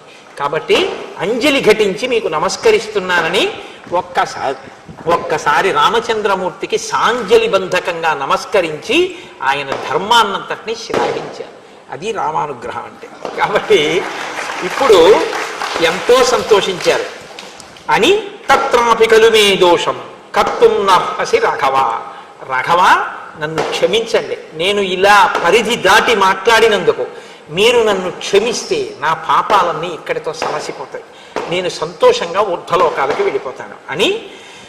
నత్వాత్మానం అహం శోచే నతారాన్ నచ బాంధవాన్ యథా పుత్రం గుణశ్రేష్టం అంగదం కనకాంగదం. ఇంకా ధనేష దారేష పుత్రేష ఉంటుంది కదండి. ధనేష దారేష గెలిచాడు రామదర్శనంతో, పుత్రేషం ఉండిపోయింది. నాకిప్పుడు తార గురించి బెంగలేదు, ఈ భూమి గురించి బెంగలేదు, అంటే రాజ్యం గురించి. అంగదం కనకాంగదం, బంగారు కేయూరములు పెట్టుకు తిరగడం అంటే ఇష్టమైనటువంటి నా కొడుకు చిన్నవాడున్నాడే, వాడికి ఏమీ తెలియదు పాపం ఇంకా ప్రవర్తన. రేపు సుగ్రీవుడు రాజవుతాడు, ఎలా ప్రవర్తిస్తాడో తెలియక ఆ సుగ్రీవుని యొక్క శత్రువులతో కలిసి తిరిగితే సుగ్రీవుడికి కోపం వస్తుంది. కాబట్టి మీరు నా తమ్ముడైనటువంటి సుగ్రీవుణ్ణి ఎలా రక్షించి కాపాడి హత్తుకుని మీ పక్కన పెట్టుకున్నారో అలాగే నా కొడుకైనటువంటి అంగదుణ్ణి మీ ఛత్రఛాయల్లో మీ నీడలో కాపాడి పెద్ద చేయండి రామా, ఇంకా నాకు అంతకన్నా ఏం అక్కర్లేదన్నారు. తప్పకుండా నేను నీ కొడుకుని అలాగే కాపాడతాను అని మాటిచ్చారు. మాటిచ్చిన తరువాత మళ్ళీ ఇంకొక మారు క్షమార్పణ చెప్పాడు. శరాభితప్తేన విచేతసామయ ప్రదూషితస్వం యదజానతా ప్రభో ఇదం మహేంద్రోపమభిమ విక్రమ ప్రసాదితస్వం క్షమమే నరేశ్వర. ఇక్కడతో మూడో మాట అయింది సత్యం. ఆయన అన్నాడు, మహానుభావ నీవు ఇంద్రుని కూడా నిగ్రహించగలిగినటువంటి గొప్ప బలశాలి, మహేంద్రుడి వంటి శక్తి సంపన్నుడవు. అటువంటి నువ్వు నా ఎదురుగుండా ధనుర్బాణములతో నిలబడితే తెలియక నేను మాట్లాడిన మాటలు, నేను చేసినటువంటి అపరాధములు, నా పాప కర్మలు అన్నీ కూడా క్షమించి నన్ను కాపాడు, నా అనాచారమును మన్నించు అని నమస్కారం చేశాడు. నమస్కారం చేసి నేల పడిపోయాడు. నేల పడిపోయిన తరువాత ఆ తార పరుగు పరుగున అంతఃపురంలోంచి వస్తోంది. వస్తుంటే ఈ వానరులందరూ ఆవిడికి ఎదురెళ్ళారు. ఏం జరిగింది అని అడిగింది ఆవిడ. పెద్ద కోలాహలం కదండి, వాలి మరణించాడంటే మరి ప్రభువు మరణించాడు, అప్పటి వరకు ఓటమి జరిగిన వాడు. వస్తుంటే వానరులు అంటే ఒక సంఘటన ఒక వ్యక్తి నాలుక మించి ఇంకొక వ్యక్తి నాలుక మీద వెళ్ళేటప్పటికి ఎన్ని రకాలుగా మారిపోతుందో చూపిస్తారు మహర్షి. వానరులు ఏం చెప్పారంటే తారతోటి, క్షిప్తాన్ వృక్షాన్ సమావిద్య విపులాశ్చ శిలాస్తథా వాలీ వజ్ర సమైర్బాణై రామేణ వినిపాతితః. వాలికి ఎదురుగుండా రాముడు వచ్చాడు యుద్ధం చేయడానికి. వాలి చెట్లు పీకి రాముడి మీదకి వేశాడు, రాముడు బాణాలు వేశాడు. రాముడి బాణాలకి చెట్లన్నీ తెగిపోయాయి, కింద పడిపోయాయి. ఏదో ఇద్దరు చాలాసేపు దెబ్బ. వాలికి అనుచరగణంగా ఉన్న వాళ్ళందరి మీద పగ తీర్చుకునేటటువంటి ప్రయత్నంలో ఉన్నారు. కాబట్టి ఇప్పుడు నువ్వు అక్కడికి వెళ్ళకు, అంగదుణ్ణి తీసుకుని మనం ఎక్కడికన్నా దూరంగా పారిపోవాలి, అక్కడ పరిస్థితి చాలా భయంకరంగా ఉంది, విప్లవం జరిగిపోతోంది, సింహాసనం కోసం కుట్ర జరిగిపోతోంది, ఇన్ని చెప్పారు. అవన్నీ జరిగాయి. అక్కడ అంగదుణ్ణి నేను రక్షిస్తానని రామచంద్రమూర్తి అన్నారు. అంటే లోకం పోకడ ఎలా ఉంటుందో చూపిస్తారు. వానరులు కాబట్టి వాళ్ళు అలా మాట్లాడారంటే అర్థం. పుకార్ల మీద ఉన్నంత వ్యామోహం ఇంకా దేని మీద ఉండదు. దానికి తగ్గట్టే ఇప్పుడు ఓ కొత్త ప్రక్రియ కూడా బయలుదేరింది. ఎక్కడ ఏదైనా సరే ఇప్పుడు అక్కడ ఏం జరిగిందో ఒక్కసారి చెప్పండి అనేటటువంటి సాధన సంపత్తులు కూడా వచ్చేసాయి. కాబట్టి ఇక అదే పని, ఇంకా ఏ ఇంద్రియములకు పని లేదు, ఇలా ఉండడమే. నిశ్చేష్టులైపోయి తెలుసుకుంటున్నాను. ఏమిటి దానివల్ల? సరే అది వేరే విషయం, వదిలిపెట్టేసేయండి. కాబట్టి వానరులు ఈ మాట చెప్తే తారంది, నా భర్త మరణించిన తరువాత ఈ రాజ్యం ఉంటే ఎవరికి కావాలి, ఊడిపోతే ఎవరికి కావాలి, నాకు వాలి ప్రధానమని ఆవిడ ఆ యుద్ధ భూమిలోకి వెళ్ళింది, వాలి మీద పడింది, చాలా ఘోరమైనటువంటి స్థితిలో శోకించింది ఆవిడ. కానీ తార ఎక్కడ మాట్లాడినా అలాగే ఉంటుంది. ఒక మెరుపు ఆవిడ మాట్లాడితే ఆ శ్లోకాలు అంత దీనంగా విలపిస్తూ కూడా ఆవిడ చాలా చమత్కారంగా చాలా అందంగా మాట్లాడుతుంది. నన్ను కూడా చంపి వాలి దగ్గరికి పంపేయాలి. ఎందుకంటే వాలి స్వర్గానికి వెళ్ళిన తర్వాత అంతటి తేజోవంతుడు, అంతటి కీర్తివంతుడు స్వర్గానికి వచ్చాడని మురిషి అప్సరసలు వచ్చి కౌగిలించుకుంటారు. ఆయన నాకు మీ కౌగిలింత అక్కర్లేదు, నా భార్య తార కావాలంటాడు. నేను పక్కన లేకపోతే దిగులు చెందుతాడు, స్వర్గం రుచించదు, అందుకని నన్ను పంపేయండి. ఏ బాణంతో వాలిని చంపావో ఆ బాణంతోనే నన్ను చంపి. ఎందుకంటే ఆడదాన్ని చంపడమా అని ఆలోచిస్తున్నావేమో. భార్య భర్త శరీరములు వేరేమో కానీ వాళ్ళు శాస్త్రంలో ఒకటే. నీకు ధర్మం మీద నమ్మకం కదా, ఆ బాణంతోనే నన్ను చంపేస్తే భార్యాభర్తలని కలిపి చంపేస్తే ఒకళ్ళనే చంపినట్టు అవుతుంది. పైగా లోకంలో దానాలన్నింటిలోకి శ్రేష్టమైన దానం ఏమిటో తెలుసా? భార్యాదానమే. అంటే కన్యాదానం. కన్యాదానం గొప్పది, అందుకు కదండి అయింది. ఇంకోటి ధర్మం చేసుకోవాలంటే, ధర్మం చేసుకోవడం అంటే మీరు జాగ్రత్తగా అర్థం చేసుకోండి, ఏది చెయ్యాలన్నా ధర్మపత్ని పక్కన ఉండాలి కదా, అందుకని కన్యాదానం గొప్పది. కాబట్టి భార్యాదానం చాలా గొప్పది. అందుకని నన్ను నువ్వు ఇప్పుడు చంపేస్తే వాలికి భార్యాదానం చేసిన వాడి అవుతావు, కాబట్టి నన్ను చంపేయండి అని నీకెప్పుడు ఈ భూమి మీద వ్యామోహం, రాజ్యాకాంక్ష. అందుకని వాలి నేనొచ్చినా భూమినే కౌగులించుకుని పడుకున్నావా అంటుంది. ఆ ఏడుపులో కూడా ఆవిడ ఎంత చమత్కారంగా మాట్లాడుతుందో. కానీ అలా అనకూడదు, అది సంస్కృతి పాత్రం కాదు అలా మాట్లాడడం. అంటే అలా ఏడవడాన్ని అభినందించి మాట్లాడడం అన్నది మంచి పద్ధతి కాదు. కానీ ఆవిడ అలా పాపం శోకించింది భర్త యొక్క మరణానికి. కానీ ఆవిడ వాలితో ఒక మాట అంటుంది, ఇవి అనగలిగిన ప్రజ్ఞ లోకంలో చాలా తక్కువ మందికే ఉంటుంది. మండోదర్ అంటుంది రావణుడి విషయంలో, తార అంటుంది వాలి విషయంలో యుద్ధభూమిలో. ఆవిడ అంటుంది, సుగ్రీవస్య త్వయా భార్య హృతాసచ వివాసిత యత్తస్య త్వయా వృష్టి ప్రాప్తేయం ప్లవగాధిప. నీవు నీ తమ్ముడైనటువంటి సుగ్రీవుడి భార్యని నీ భార్యగా అనుభవించడం వల్లనే ఈ ప్రమాదాన్ని తెచ్చుకోవడం అయింది. సుగ్రీవుణ్ణి రాజ్యంలోంచి పంపకుండా సుగ్రీవుడికి యవ్వరాజ్యం ఇచ్చి ఆయన భార్యతో ఆయన ఉండే అవకాశం ఆయనకి ఇచ్చి ఉంటే ఎలా ఉండేదో పరిస్థితి. నీ చావుకి కారణం రాముడని నువ్వు అనుకుంటున్నావు, నీ పాపమే కారణము అన్నాడు. కాబట్టి ఆ తల్లి, ఆ మహాతల్లి చాలా గొప్పగా అని ఆవిడ ఒక మాట అంది, నువ్వు మరణించావు సరే, నీ పాపం నువ్వు చేశావు, నువ్వు చనిపోయావు, కానీ ఇప్పుడు నా పరిస్థితి ఏమిటి? వాలి భార్య అంటారు, రాజ్యం ఉంటుంది, కొడుకు అంగదుడు ఉన్నాడు, రేపొద్దున సుగ్రీవుడు రాజైతే అంగదుడు యువరాజు అవుతాడు, యువరాజు యొక్క తల్లిని నేను. ఇన్ని ఉన్నా శాస్త్ర పరిజ్ఞానం ఉన్న పండితులు నన్ను ఏమని పిలుస్తారో తెలుసా? పతిహీనాతు యానారి కామం భవతు పుత్రిని ధన ధాన్య సమృద్ధాపి విధవే మృత్యతే బుధై విధవేత్యుచ్యతే బుధై. శాస్త్రమెరిగినటువంటి పండితులు పతిహీనాతు యానారి, భర్త లేనటువంటి ఆడదాన్ని ఎంత గొప్ప కొడుకున్నా, ఎంతమంది కొడుకులున్నా, ఎంత ధనం ఉన్నా, ఎంత ధాన్యం ఉన్నా విధవ అంటారు తప్ప ఇంకొక మాట అనరు నన్ను. కాబట్టి నువ్వు పాపపు నడువడితో ఉన్నావు, ఫలితం విధవగా నేను బతకవలసినటువంటి స్థితిని నాకు కల్పించావు అని రాముడి వంక తిరిగింది. రాముడి వంక తిరిగి రామునిలో ఉన్న తేజస్సు గుర్తించింది. అప్పుడు కూడా ఆవిడ బహుశా పూర్వపుణ్యము యొక్క బలం చేత తార అలా చెప్పగలిగింది తప్ప అన్యులకు అది సాధ్యం కాదు. అలా పసికట్టినా అలా వాక్కులలో ఆవిష్కరించలేరు. అందులో అటువంటి దీనస్థితిలో ఆవిడంత గొప్పగా మాట్లాడింది. త్వమప్రమేయశ్చ దురాసదశ్చ జితేంద్రియశ్చోత్తమ ధర్మకశ్చ అక్షీణకీర్తిశ్చ విచక్షణశ్చ క్షితి క్షమావాన్ క్షతజోపమాక్ష. నీవు రామ త్వమప్రమేయశ్చ దురాసదశ్చ, నీ యొక్క శక్తిని ఊహించడం ఎవరికి సాధ్యం కాదు. భగవంతుడి యొక్క శక్తిని ఎవరు ఊహిస్తారండి? జితేంద్రియశ్చోత్తమ ధర్మకశ్చ, నువ్వు ఇంద్రియములను జయించినటువంటి వాడివి. ఉత్తమ ధార్మికశ్చ, నువ్వు చాలా ఉత్తమమైనటువంటి ధార్మికుడవు. ఇంద్రియములను గెలవడం వేరు, ఇంద్రియములను అణచడం వేరు. మీరు ఈ రెండింటికి తేడాన్ని తెలుసుకోవాలి. ఇంద్రియములను అణిచినటువంటి వాళ్ళు రామాయణంలో ఉంటారు, ఇంద్రియములను గెలిచిన వాళ్ళు రామాయణంలో ఉంటారు. ఇంద్రియములను అణిచినవాడు రావణాసురుడు. ఇంద్రియాల్ని అణచడం అంటే ఏమిటో తెలుసా అండి? త్రాచుపాము యొక్క తల మీద పాదాన్ని పెట్టి కూర్చోవడం. కానీ లేచాడనుకోండి పాము కరిచేస్తుంది. ఇంద్రియాలు కొంతసేపు బయట వ్యామోహంతో తిరగకుండా తిప్పి అట్టే పెడతాడు. దానివల్ల బ్రహ్మగారి అనుగ్రహాన్ని పొందాడు, వరాలు పొందాడు. లేచాడు, ఇంద్రియాలన్నీ విజృంభిస్తాయి. కాబట్టి ఇప్పుడు ధర్మాన్ని వదిలేస్తాడు. ఇంద్రియాలు ఎటు తిరుగుతున్నాయో అటు తిరగడం మొదలు పెడతాడు. అధార్మికమైన ప్రవర్తన వైపు పెడతాడు. ఇంద్రియాల్ని గెలవడం అంటే ఏమిటో తెలుసా అండి?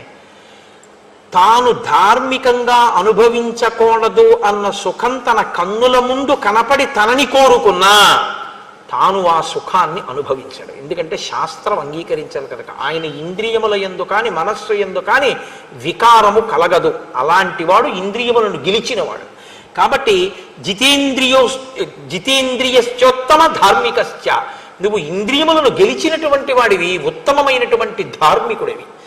అక్షీణ కీర్తిశ్చ విచక్షణశ్చ, నీ కీర్తి క్షీణించదు. తెలియక వాలి ఏదో అన్నాడు, నీ కీర్తి మాసిపోయింది వాటితోనని. అక్షీణ కీర్తిశ్చ విచక్షణశ్చ, నీకు యుక్తాయుక్త విచక్షణ బాగా ఉన్నవాడివి. క్షితిక్షమావాన్, భూమికి ఎంత ఓర్పు ఉందో అంత ఓర్పు ఉన్నవాడివి.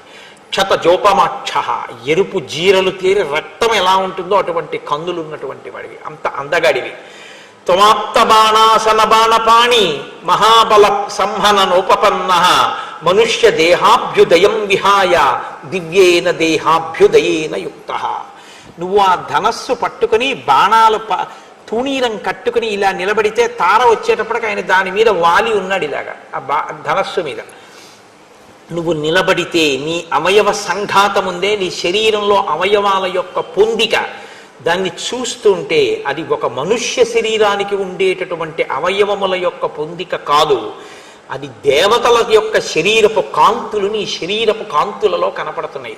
కాబట్టి నువ్వు సాక్షాత్ ఈశ్వరుడవు అని ఆవిడ రామచంద్రమూర్తి యొక్క వైభవాన్ని కీర్తించి ఆమె తాను కూడా సహగమనం చేస్తానని.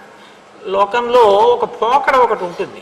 ఇంత చంపించేసినటువంటి సుగ్రీవుడు అన్నాడు, పాపం నేను ఎప్పుడు కనపడినా మా అన్నయ్య చెట్టు కొమ్మలతో కొట్టి ఇంకెప్పుడు రాకని తరిమేసేవాడు తప్ప చంపలేదు, నేను మాత్రం మా అన్నయ్యని చంపించేశాను, అలాంటి తమ్ముడు లోకంలో ఉండడు.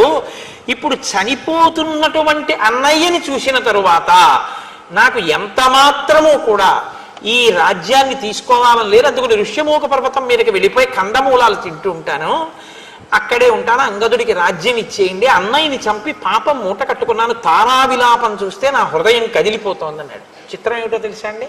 రాముడు ఇచ్చాడు. ఇది రాముడి హృదయం అంటే. అందుకే శ్రీ రఘురామచారు తులసీ జలదామ సమక్షమాది శృంగార గుణాభిరామ త్రిజగన్నుత శౌర్య రమా లలామ దుర్వార కబంధ రాక్షస విరామ జగజ్జన కల్మశార్ణవోత్తారక రామ భద్రగిరిదా శరథీ కరుణాపయోనిధి అంటాడు రామదాసు గారు. ఆయన మహానుభావుడు, ఎదుటివారి కల్మషాన్ని కడుగుతాడు. తన స్నేహితుడు అగ్నిసాక్షిగా స్నేహం చేసుకున్నటువంటి ఆ సుగ్రీవుడు అన్నగారు చచ్చిపోయారని ఏడిస్తే ఆ ఏడుపుకి తాను ఏడ్చాడు. ఏడ్చి ఇంకా ఆయన మరణించలేదు, అంగదుణ్ణి సుగ్రీవుడికి అప్పచెప్పాడు. అప్పచెప్పి వీడి తెలిసి తెలియక చిన్నతనం ప్రవర్తిస్తే నువ్వు రక్షించు కాపాడు అని యవ్వరాజ్య పట్టాభిషేకం చెయ్యమని కోరి సుగ్రీవుడితో ఒక మాట అన్నాడు, ఈ మాల నా మెడలో ఉన్నంతకాలం నా ప్రాణం పోదు, కాబట్టి ఈ మాల వహిస్తుంది నా యొక్క పరాక్రమాన్ని, తేజస్సుని, ప్రాణాలని, కాబట్టి ఈ మాల తీసి నీ మెడలో వేసేస్తాను, దగ్గరికి రమ్మన్నాడు. సుగ్రీవుడు వచ్చిన తర్వాత తన మెడలో ఉన్నటువంటి మాల తీసి సుగ్రీవుడి మెడలో వేసి భయంకరంగా పళ్ళు బయట పెట్టి కనురెప్పలు పెద్దవి చేసి గుడ్లు పైకి పెట్టి మరణించాడు అని రాశారు వాల్మీకి మహర్షి. అంత ఘోరమైనటువంటి చావు చచ్చిపోయాడు. రామ బాణపు దెబ్బ అప్పుడు తెలిసింది, ఆ మాల తీసేయగానే. అప్పటి వరకు అది ఓర్చేటట్టు చేసింది. మరణించాడు, ఏడ్చారు, లక్ష్మణమూర్తి ఆదేశించారు, వెళ్ళారు, ఒక పెద్ద శిబిక ఒకటి తీసుకొచ్చారు, అందులోకి ఈ పార్థివ శరీరాన్ని ఎక్కించారు. తారాదులు కూడా వెనకాతలు వెళ్ళారు. వాళ్ళ ఆచారం ప్రకారం రుద్రభూమిలో దాన్ని కట్టెల మీద పడుకోబెట్టి చందన కాష్టముల యందు పడుకోబెట్టి నీ పోసి సమంత్రకంగా అంగదుడు అగ్నికి ఆహుతి చేసేసాడు వాలి శరీరాన్ని. అక్కడతో వాలి నిహతుడైపోయాడు. కానీ ఇప్పుడు నేను అనుకుంటున్నాను, బహుశా వాలిని వధించడంలో రామచంద్రమూర్తి యొక్క ధర్మం విషయంలో మీకెవ్వరికీ అనుమానం లేని రీతిలోనే రామచంద్రమూర్తి చెప్పిన జవాబును నేను మీకు కొంత చెప్పగలిగానేమో అని నేను అనుకుంటున్నాను. కాబట్టి ఎవరైనా తెలియక వాలిని రాముడు చాటు నుంచి కొట్టాడంటే రాముడి జవాబుని మీరు నేను కూడా చెప్పవలసి ఉంటుంది. ఎందుకంటే రాముడి కీర్తిని కాపాడడం ధర్మం యొక్క కీర్తిని కాపాడడం. ఇప్పుడు ఇది పూర్తయిపోయిన తరువాత దానికి సంబంధించిన అంత్యేష్టి సంస్కారం అంతా పూర్తయిపోయింది. మీరు శ్రీరామాయణంలో తప్పకుండా గమనించవలసిన విషయం ఇది. ఎప్పుడైనా సరే ఎంత నీచుడైనా సరే ఒకసారి చచ్చిపోతే మాత్రం ఆ శరీరాన్ని అలా వదిలేడు రాముడు. నిజంగా రాముడు ఇంత పాపము నడువడి కలిగిన వాడు అవతారాయణ అనొచ్చు, అలా అనడు. అంత్యేష్టి చేయిస్తాడు. ఒక మనిషి చనిపోతే అంత్యేష్టి సంస్కారం చెయ్యడం ఎంత అవసరమో, ఎవరూ లేనటువంటి అనాథగా ఎవరైనా మరణిస్తే అటువంటి శరీరానికి అంత్యేష్టి సంస్కారం చేయడం ఎంత గొప్పదో. కలియుగంలో అశ్వమేధయాగం లేదు, అనాథ ప్రేత సంస్కారమే అశ్వమేధయాగం. కాబట్టి దాని గొప్పతనం ఏమిటో రామచంద్రమూర్తి 1కి 10 మార్లు రామాయణంలో నిరూపిస్తుంటారు. అందుకే ఆ వాలి యొక్క శరీరానికి కూడా అంత్యేష్టి సంస్కారం చేయించి మళ్ళీ ఆ ప్రస్రవణ పర్వత శిఖరపు గుహ యందు కూర్చున్నారు. హనుమదాదులు సుగ్రీవుడు వెళ్ళారు ఆయన దగ్గరికి. వెళ్ళి అన్నారు, భవత్ ప్రసాదాత్ సుగ్రీవ పితృపైతామహం మహత్ వానరాణాం సుదుష్ప్రాప్తం ప్రాప్తో రాజ్యమిదం ప్రభో భవతా సమనుజ్ఞాత ప్రవిశ్య నగరం శుభం సంవిధాస్యతి కార్యాణి సర్వాణి ససుహృజ్జన స్నాతోయం వివిధైర్గంధై ఔషధైశ్చ యథావిధి అర్చయిష్యతి రత్నైశ్చ మాల్యైశ్చ త్వాం విశేషతః ఇమాం గిరిగుహాం రమ్యాం అభిగంతు వితోర్హసి కురుష్వ స్వామి సంబంధం వానరాన్ సంప్రహర్షయన్. హనుమ సుగ్రీవుడు ఇతర వానర ప్రముఖుల్ని తీసుకుని ఆయన కూర్చున్నటువంటి పర్వత గుహ దగ్గరికి వెళ్ళి రాముడితో అన్నారు, వాలి వధ పూర్తయిపోయింది, ఇది తాత ముత్తాతల నుంచి సంక్రమిస్తున్నటువంటి వానర రాజ్యపు సింహాసనం కనుక ఇప్పుడు సుగ్రీవుణ్ణి ఆ పట్టాభిషేకం చేసి ఆ సింహాసనం మీద కూర్చోబెట్టాలి, అంగదుడికి యవ్వరాజ్యం ఇవ్వాలి. రామచంద్ర ప్రభో మీరు కూడా బయలుదేరి కిష్కింధానగరంలోకి వచ్చి అంతఃపురంలో ఈ పట్టాభిషేకాన్ని వైభవంగా జరిపించవలసింది అన్నారు. అంటే రామచంద్రమూర్తి అన్నారు, 14 సమాహ సౌమ్య గ్రామం వా యదివాపురం న ప్రవేక్ష్యామి హనుమన్ పితృ నిర్దేశపాలక. అది పట్టాభిషేకమే కావచ్చు, కానీ మా నాన్నగారు నన్ను 14 ఏళ్ళు అరణ్యవాసం చేయమన్నారు. అందుకని నేను అది నగరమా జనపదమా, నేను దాని లోపలికి మాత్రం రాను, నేను ఊరు బయటే ఉంటాను, అరణ్యంలో నాకు ఈ పర్వత గుహ చాలు, నేను ఈ గుహలో ఉంటాను. కాబట్టి చక్కగా సంతోషంగా మీరు పట్టాభిషేకాన్ని పూర్తి చేసుకోండి అంటే సుగ్రీవుడు అయితే మనం వెంటనే సీతాన్వేషణం చేద్దాం అన్నాడు. ఆయన అన్నారు, కాదు, ఇది వర్షాకాలం కాబట్టి వర్షములు పడుతూ ఉంటాయి, ఇప్పుడు అన్వేషణం కూడా చాలా కష్టం, దారులు సరిగా ఉండవు, పైగా నువ్వు ఎంతో కాలంగా భార్యని విడిచిపెట్టి రాజ్యం లేక దీనుడవై తిరిగావు, ఇప్పుడే నీకు రాజ్యం వచ్చింది, భార్యా సుఖం కలిగింది, కాబట్టి నువ్వు సంతోషంగా ఈ వర్షాకాలం అయిపోయేంత వరకు భోగాన్ని అనుభవించు, తదనంతరం శరత్కాలం వచ్చిన తరువాత నువ్వు సీతాన్వేషణం చేద్దువుగానివి. ఇతరుల యొక్క సుఖాన్ని ఇతరుల యొక్క సౌకర్యాన్ని ముందు ఆలోచిస్తాడు రామచంద్రమూర్తి. ఆ వానలు పడితే ఆవిడకి వెళ్తాయి లేదు, వానరాలు అవతల సీతమ్మ ఏమైపోయిందో ఈయన పని అయిపోయింది కదా అని, అలా కాదులే వెళ్దాం పద బయలుదేరు, ఏం పర్వాలేదు, హనుమ వెళ్ళలేరా నువ్వు వెళ్ళలేవా అనరు. సంతోషంగా కొంతకాలం గడుపు, తర్వాత మనం బయలుదేరుదాం అంటారు. ఇతరుల యొక్క సౌఖ్యాన్ని ఇతరుల యొక్క సుఖం గురించి ఆలోచించగలిగినటువంటి ప్రజ్ఞ, మనం ఆలోచించినట్టే జరగాలనేటటువంటి మౌఢ్యం వదిలిపోవాలంటే రామాయణం చదవాలి. ఎవరో మహానుభావుడు ఎక్కడన్నాడో కానీ, ఎక్కడంటే మంచి మాటేగా, తనకు తాను సుఖపడితే తప్పు కాకున్నా 10 మందిని సుఖపెడితే ధన్యతవో నాన్న కదా. కాబట్టి కార్తికే సమనుప్రాప్తే త్వం రావణ వధేయత ఏషన సమయ సౌమ్య ప్రవిశ్వత్వం సమాలయం. ఈ వర్షాకాలం అయిపోయే వరకు నువ్వు హాయిగా అంతఃపురంలో సంతోషంగా భోగం అనుభవించు అని చెప్పి పంపించేశారు. పంపించేసి రామచంద్రమూర్తి ఒక పర్వత గుహలో ఉంటున్నారు. ఆ పర్వత గుహలో ఉన్నప్పుడు బయట వర్షాకాలం, ఆ వర్షాకాలంలో వర్ష ఋతువుని వాల్మీకి మహర్షి వర్ణన చేశారు. అనితర సాధ్యం. అసలు వాల్మీకి మహర్షి ఆ ఋతువుల్ని చూసినటువంటి తీరు ఆ ప్రకృతి వైభవాన్ని వర్ణించినటువంటి తీరు అనన్య సామాన్యమైనటువంటి ప్రజ్ఞ. ఉత్తరోత్తర ఇతర కవులకు అందరికీ కూడా ఇదే మార్గదర్శకమైంది. ఏదో కథాపరంగా చెప్పి కథ వెళ్ళిపోవడమే కాదు, ఒక్కొక్కసారి మీరు కావ్యపరంగా ఋతువర్ణనలో ఉండేటటువంటి అందాన్ని కూడా ఆస్వాదించవలసి ఉంటుంది. వర్ష ఋతువు గురించి వాల్మీకి మహర్షి చేసిన వర్ణన చూడండి. పర్వత గుహలో ఉన్నటువంటి రాముడు లక్ష్మణుడితో చెప్తున్నాడు ఆ వర్ష ఋతువు యొక్క అందాన్ని. తాను స్వయంగా చెప్పడం కాదు మహర్షి, రామచంద్రమూర్తి కళ్ళల్లోంచి చూస్తారు ఆ అందాన్ని, చూసి చెప్తారు. శక్యం అంబరమారుహ్య మేఘ సోపాన పంక్తిభి కుటజార్జున మాలాభి అలంకర్తుం దివాకరం. లక్ష్మణ, ఈ మేఘాలున్నాయే ఇవి బాగా కిందకి దిగిపోయాయి. నేను ఒకసారి వెంకటాచలం వెళ్ళాను ఏదో సేవ చేయడానికి ఆ శ్రవణ మాసంలో. వెళితే ఆ రోజు వెంకటాచలంలో ఆనంద నిలయంలోంచి బయటకు వచ్చేసరికి ఎవరికి ఎవరూ కనపడలేదు. ఇంకా ఎందుచేత అంటే మేఘాలన్నీ దిగిపోయాయి కొండ మీదకి. ఒక్కొక్కసారి అసాధారణంగా అలా జరుగుతూ ఉంటుంది. మేఘాలన్నీ దిగిపోతే నేను యథార్థం చెప్తున్నాను, నా భార్య చెయ్యి పట్టుకుని వెతుక్కుంటూ కళ్ళు చిట్లించి దట్టమైన పొగమంచులో నడుచుకుంటూ వెళ్ళినట్టుగా కాటేజ్కి వెళ్ళగలిగాం. బస్సులు, కార్లు, వాహనాలు అన్నీ ఎక్కడివక్కడ ఆగిపోయాయి. కొండ దిగడానికి తిరగట్లేదండి, కార్లు అవి ఏమి అలౌ చేయట్లేదన్నారు. మా అదృష్టం కొద్దీ ఏదో అయితే ఇవాళకి ఈశ్వరుడు కొండ మీద ఉంచేసినట్టే అనుకున్నాం. ఏదో 2-3 గంటలు పోయిన తర్వాత మబ్బులన్నీ మళ్ళీ పైకి వెళ్ళిపోయిన తర్వాత అప్పుడు మళ్ళీ కొండ దిగగలిగాం. కాబట్టి ఆ ఇక్కడ ఇలాంటి ఊళ్ళల్లో అటువంటివి జరగడం కష్టం. బయట అరణ్య ప్రాంతాల్లోనూ కొండల్లోనూ ఆ ప్రకృతి యొక్క వైభవం అలా ఉంటుంది. ఆ మేఘాలన్నీ ఇలా కిందకి దిగితే గుహలోంచి చూసి రాముడు అంటున్నాడు, లక్ష్మణ, మన కులదైవం కదా, మన వంశం సూర్యవంశం కదా, సూర్య భగవానుడి దగ్గరికి వెళ్ళి మనం ఎప్పుడూ కూడా కొండమల్లెలతో కూడుకున్నటువంటి తెల్లని పుష్పమాల, ఎర్ర గన్నేరుమాల, తెల్ల పూలు ఎర్ర పూలు కదా సూర్య భగవానుడికి అర్చన, ఈ 2 పుష్పహారములను అసలు మన వంశానికి అంతటికీ కూడా కులదైవమైనటువంటి సూర్యనారాయణమూర్తికి మనం ఎప్పుడు వేయలేదు. మనం సూర్యవంశ ప్రభువులం, ఎప్పుడు లోపల ఏదో మూర్తికి వేయడమే. ఇవాళ మేఘములనేటటువంటి మెట్లు కట్టి ఈ మెట్లెక్కి సూర్యనారాయణమూర్తి మెళ్ళలో కొండమల్లెల దండ, గన్నీరు దండ వేయడానికి వీలుగా సూర్యమండలానికి మేఘాలని మెట్లు నిర్మించి ఈశ్వరుడు తన సేవ చేసుకోమని పిలుస్తున్నట్టు లేదా అని అడిగాడు.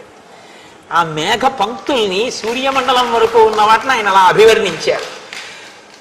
సంధ్యా రాగోద్ధితై స్తామ్రై అంతేష్వదిక పాండరై స్నిగ్ధై రభ్ర పటచ్ఛేదై బద్ధ వ్రణమివాంబరం. ఆకాశంలో సూర్య బింబం ఉంది, సూర్యాస్తమయం అవుతోంది, ఇంకా ఎర్రగా ఉంటుంది కదండి. సాయంకాలం సంధ్యలో సూర్యుడు ఎర్రగా ఉంటాడు. వాల్మీకి మహర్షి ఇలా వర్ణిస్తే తిక్కన గారు ఒకలా వర్ణించారు అస్తమిస్తున్న సూర్యుడిని.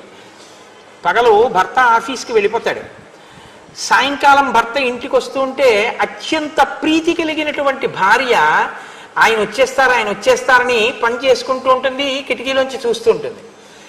అకస్మాత్తుగా ఆయన వస్తారు, కిటికీలోంచి కనపడతారు అనుకుని ఆవిడేదో చేసుకుంటుంటే ఆయన మెట్లెక్కి పైకి వచ్చేసి తలుపు తీసుకుని లోపలికి వచ్చి ఏమాయ్ అన్నాడు.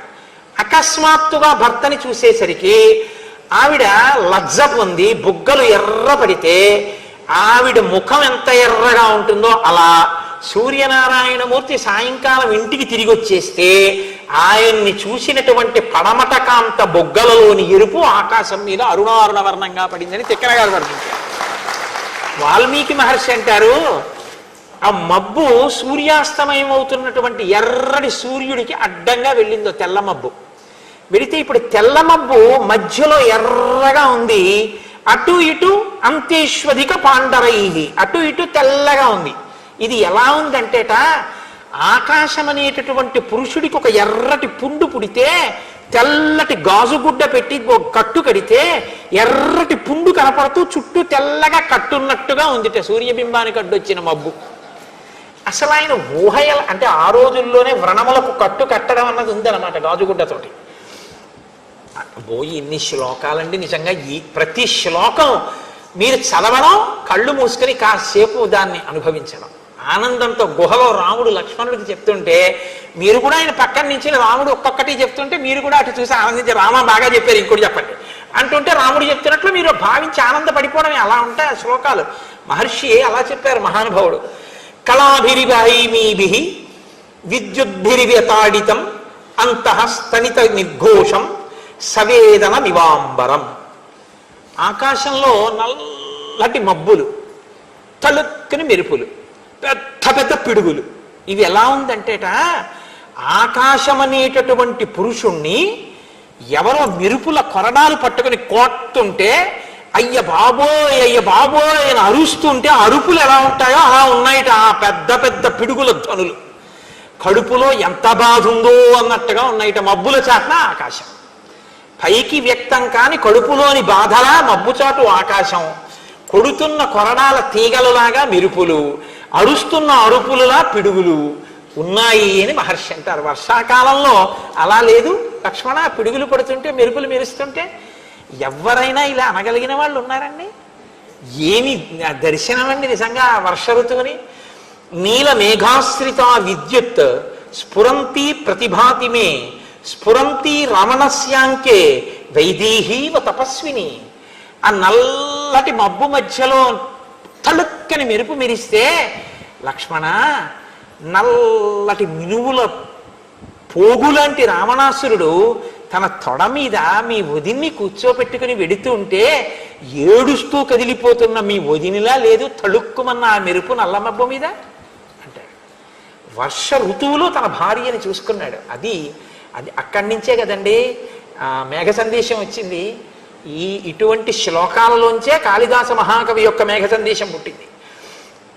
కాబట్టి రసాకులం షట్పద సన్నికాశం ప్రభుజ్యతే జంబుఫలం ప్రకామం అనేకవర్ణం పవనావధూతం భూమౌ పతత్యామ్రఫలం విపక్వం. నేరేడు చెట్లు ఎక్కడ చూసినా నల్లగా రసం కారిపోతున్నాయా అన్నట్టుగా ఉన్నటువంటి నల్లటి నేరేడు పళ్ళు గుత్తులు గుత్తులుగా కాసేసాయిట. వాటి నిండా గండు తుమ్మెదలు, నల్ల తుమ్మెదలు తిరుగుతున్నాయిట.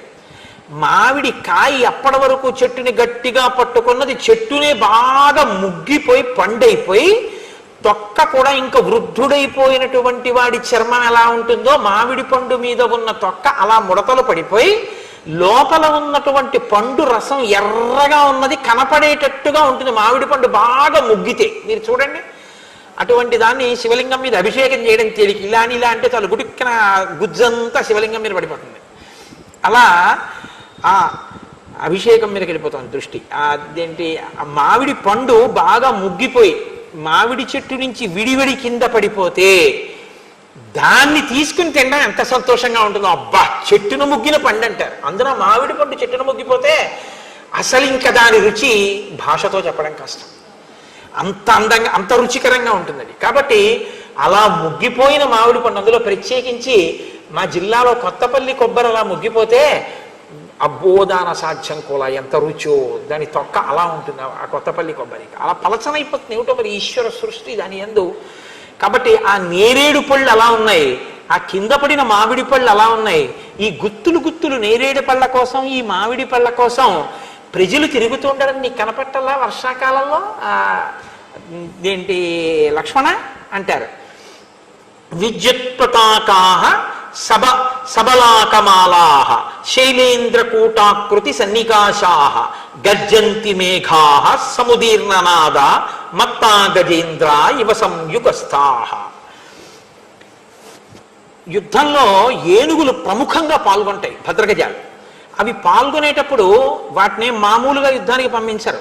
గుర్రాన్ని ఇంకో దాన్ని పంపించినట్టు పంపించరు. ఏనుగుని పంపించాలంటే దానికి ఒక పెద్ద గురువాయూరు ఏనుగులకు కడుతుంటారే, అలా దాని కుంభస్థలం అంతా ఓ పెద్ద అలంకారం ఉంటుంది. దాని మీద ఒక పెద్ద ఆసనం, ఆసనం మీద ఓ గొడుగు, దాని మీద మళ్ళీ ఓ పతాకం ఉంటుంది. దాని ఒక గజాన్ని అధిరోహించాడు అంటే మహావీరుడని గుర్తు. కాబట్టి ఆ ఏనుగు మీద కూర్చున్నటువంటి వాడు ఎవరో ఆ మహానుభావునికి సంబంధించినటువంటి పతాకం ఎగురుతూ ఉంటుంది. కాంచనమయ వేదిక కనత్కేతనోజ్వల విభ్రమము వాడు కలశజుండు అంటారు తిక్కన గారి విరాట బ్రహ్మంలో. అలా ఒక్కొక్క పతాకం చూస్తే ఒక్కొక్క మహావీరుడు స్ఫురిస్తాడు. రామచంద్రమూర్తి అంటున్నారు, మేఘాన్ని చూపించి లక్ష్మణ విద్యుత్ పతాకాః, చూసావా ఆ మేఘం మెరుపు తీగతో ఉంది. ఆ మెరుపు తీగతో ఉన్నటువంటి మేఘం పతాకం పెట్టుకున్నటువంటి ఏనుగుల, ఆ మెరుపు తీగ పతాకంలా, ఆ నల్లటి మబ్బు మీద కొంగలు ఎగరడంలో ఒక చిత్రం ఉంటుంది. మిగిలిన పక్షులు ఏదో గుంపు కిందో ఏదో అలా ఇలా ఎగురుతాయి, కొంగ అలా ఎగరదు. ఎందుకో కానీ కొంగలు బారులు బారులు అని బారులు కిందే ఎగురుతాయి. అది అనుభవించిన వాడి నోటి వెంట ఆమ్రీడితం అవుతుంది. అది మామూలుగా వెళ్ళదు, బారులు బారులుగా వెడతాయి అవి.